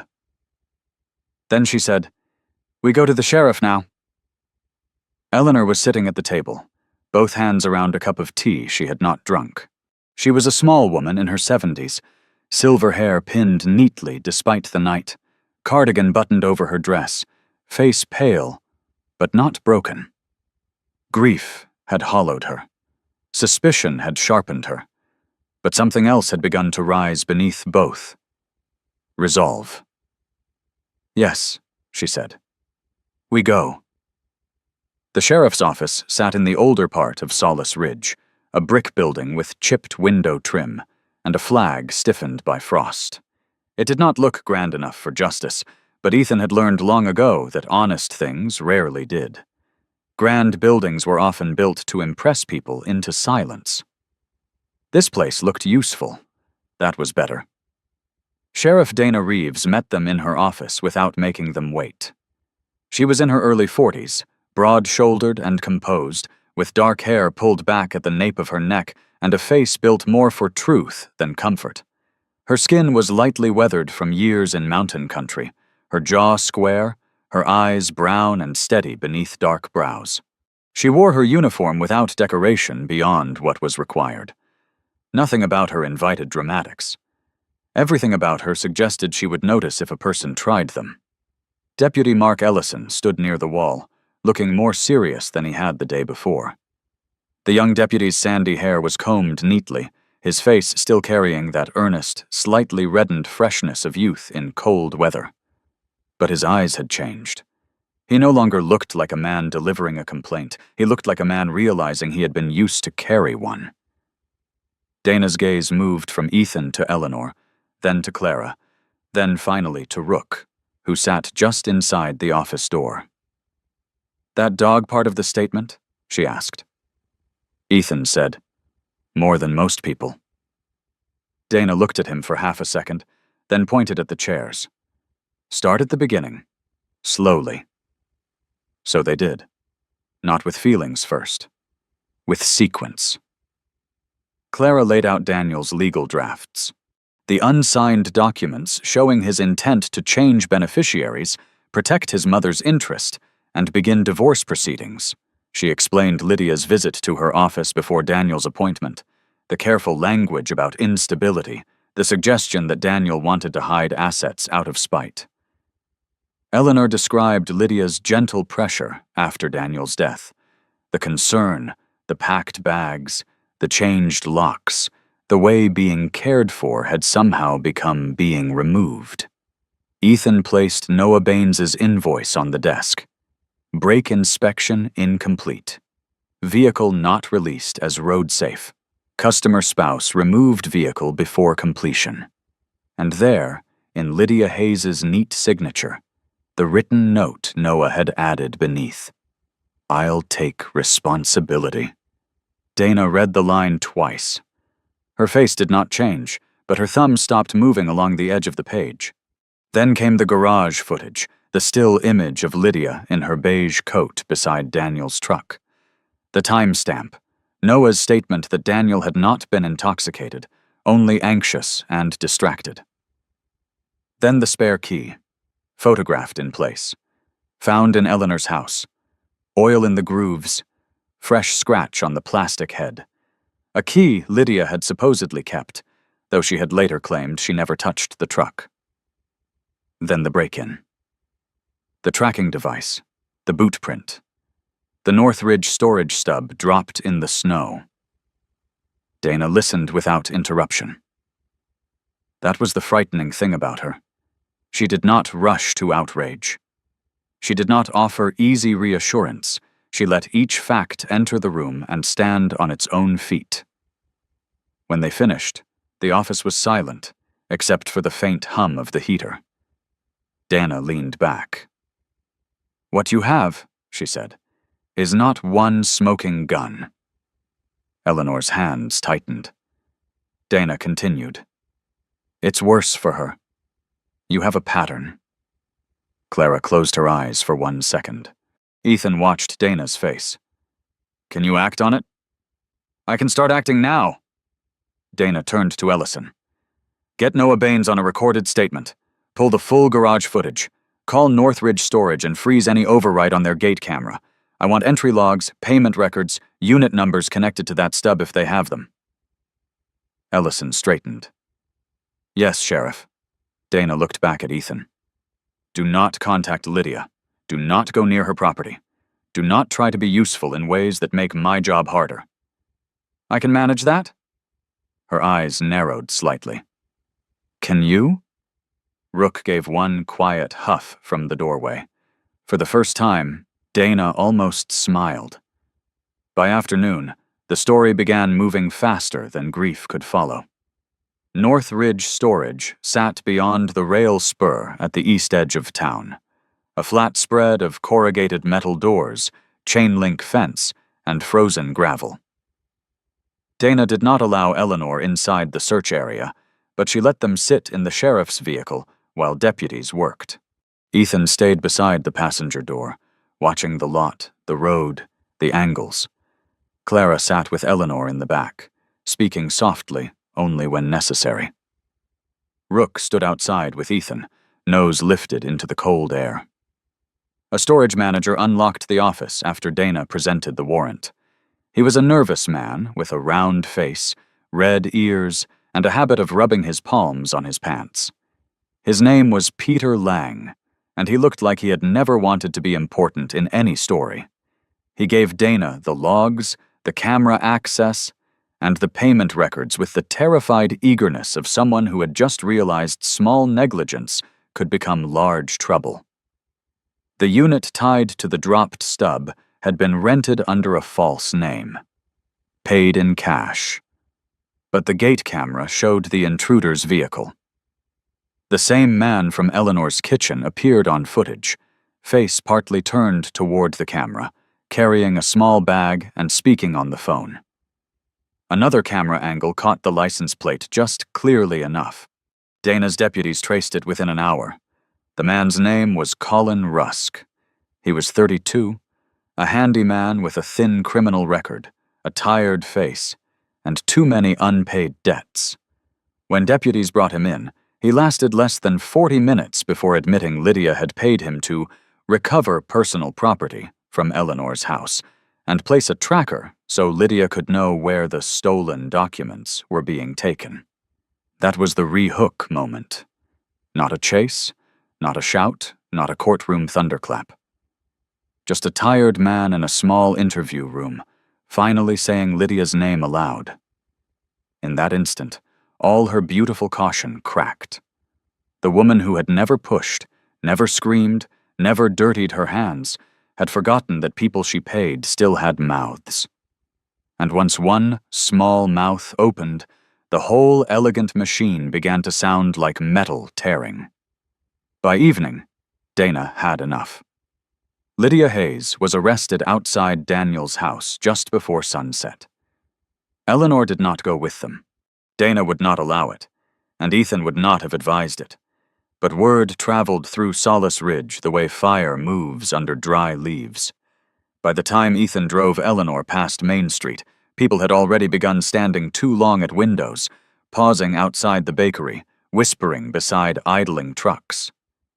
Lydia stood beside the sheriff's cruiser in a long camel-colored coat, dark hair perfectly smooth, face composed even as Deputy Ellison read the warrant. She was beautiful in the exact way Eleanor had described. Controlled, polished, calm enough to make panic look vulgar. But when Dana took the tracking device from an evidence bag and said something Ethan could not hear, Lydia's eyes changed. Only for a second. The mask did not fall. It slipped. Eleanor saw it from the truck. Her breath caught, but she did not look away. Rook stood in the back seat, body angled toward the window. Not barking. Not growling. He watched Lydia as if memorizing the moment the storm finally received a name. The charges did not become simple just because Lydia was taken away. Nothing involving law ever did. The investigation widened. Insurance records were reopened. Daniel's death was reclassified pending further review. Lydia's claim was frozen. Her access to the estate was suspended. Clara filed emergency motions, this time with no doubt in her hands. Noah gave his statement. Colin Rusk signed his. Phone records confirmed calls between him and Lydia before the break-in. Financial records uncovered pressure beneath Lydia's elegance, hidden debts, private transfers, and communication with a man connected to a real estate group circling properties near Mill Creek Road. It took weeks for the first real order to arrive, then months for the rest. But justice, when it finally came, did not arrive like lightning. It came like thaw, slow, ugly, necessary, revealing what had been buried beneath the snow. Eleanor's rights were restored first. Daniel's intended changes, though unsigned, became part of the court's understanding of his state of mind. Lydia's control over the estate was stripped. Insurance investigators reopened the policy payout and froze Lydia's claim pending criminal proceedings. The house in town, Daniel's accounts, and the remaining property interests were returned to proper review with Eleanor protected. When Eleanor received the court notice, she did not cheer. She sat at her kitchen table in the old house Ethan had been repairing, the same table where the key had once lain beneath the lamp. The patched walls were no longer temporary. Ethan had replaced the worst boards properly. The window sealed cleanly now. Wood was stacked high near the stove. Rook lay beside her chair, muzzle on his paws, finally sleeping. Eleanor read the notice once, then again. Finally, she set it down and touched Daniel's photograph. "They gave back what they could," she said. Ethan stood by the stove, one hand resting on the mantel. Yes. They cannot give back what matters. No. Her eyes remained on the photograph. But perhaps what remains can still matter. That spring, when the snow began retreating from the fields and the first stubborn green showed along the fence lines, Eleanor established the Daniel Hayes Home Protection Fund. She did not keep all that was returned to her. A portion of the recovered estate and insurance settlement, once cleared through review, went into the fund. Clara helped build it properly, with bylaws, oversight, legal partners, and safeguards. Eleanor insisted on reading herself. Noah donated quietly and threatened anyone who thanked him.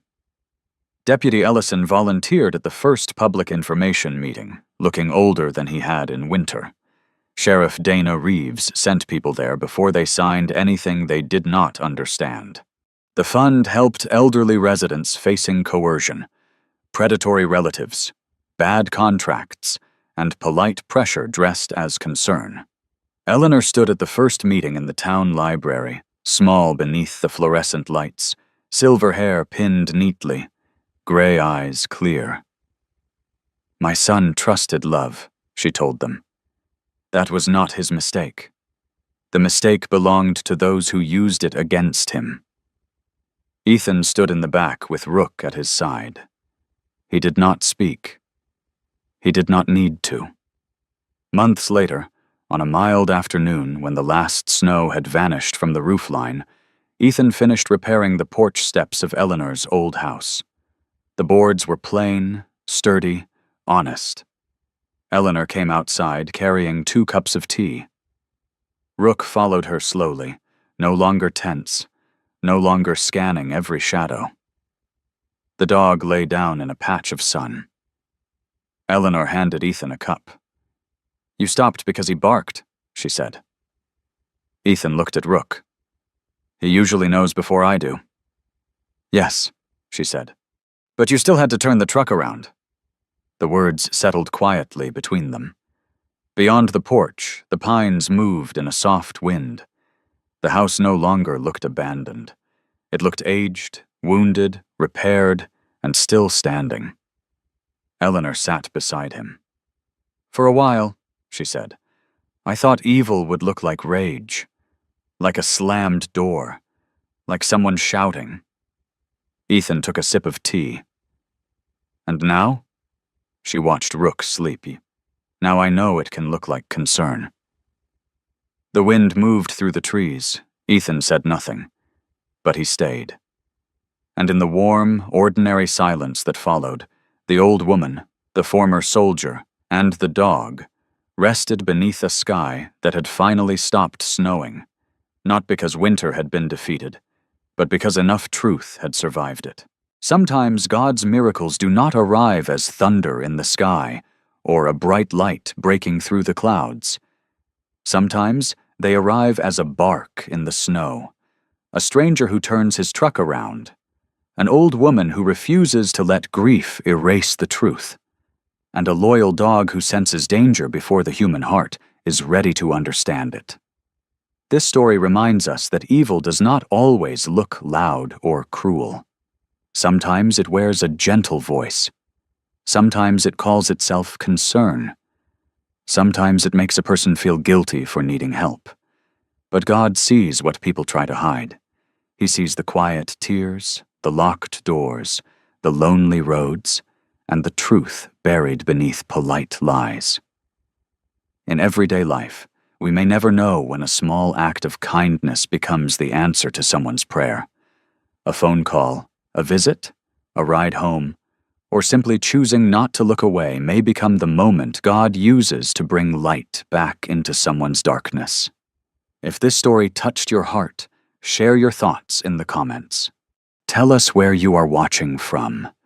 And if you believe kindness can still change a life, please share this story with someone who needs hope and subscribe to the channel for more stories about courage, loyalty, faith, and second chances. May God bless you, protect your home, comfort every lonely heart, and guide you toward the people who need your kindness most.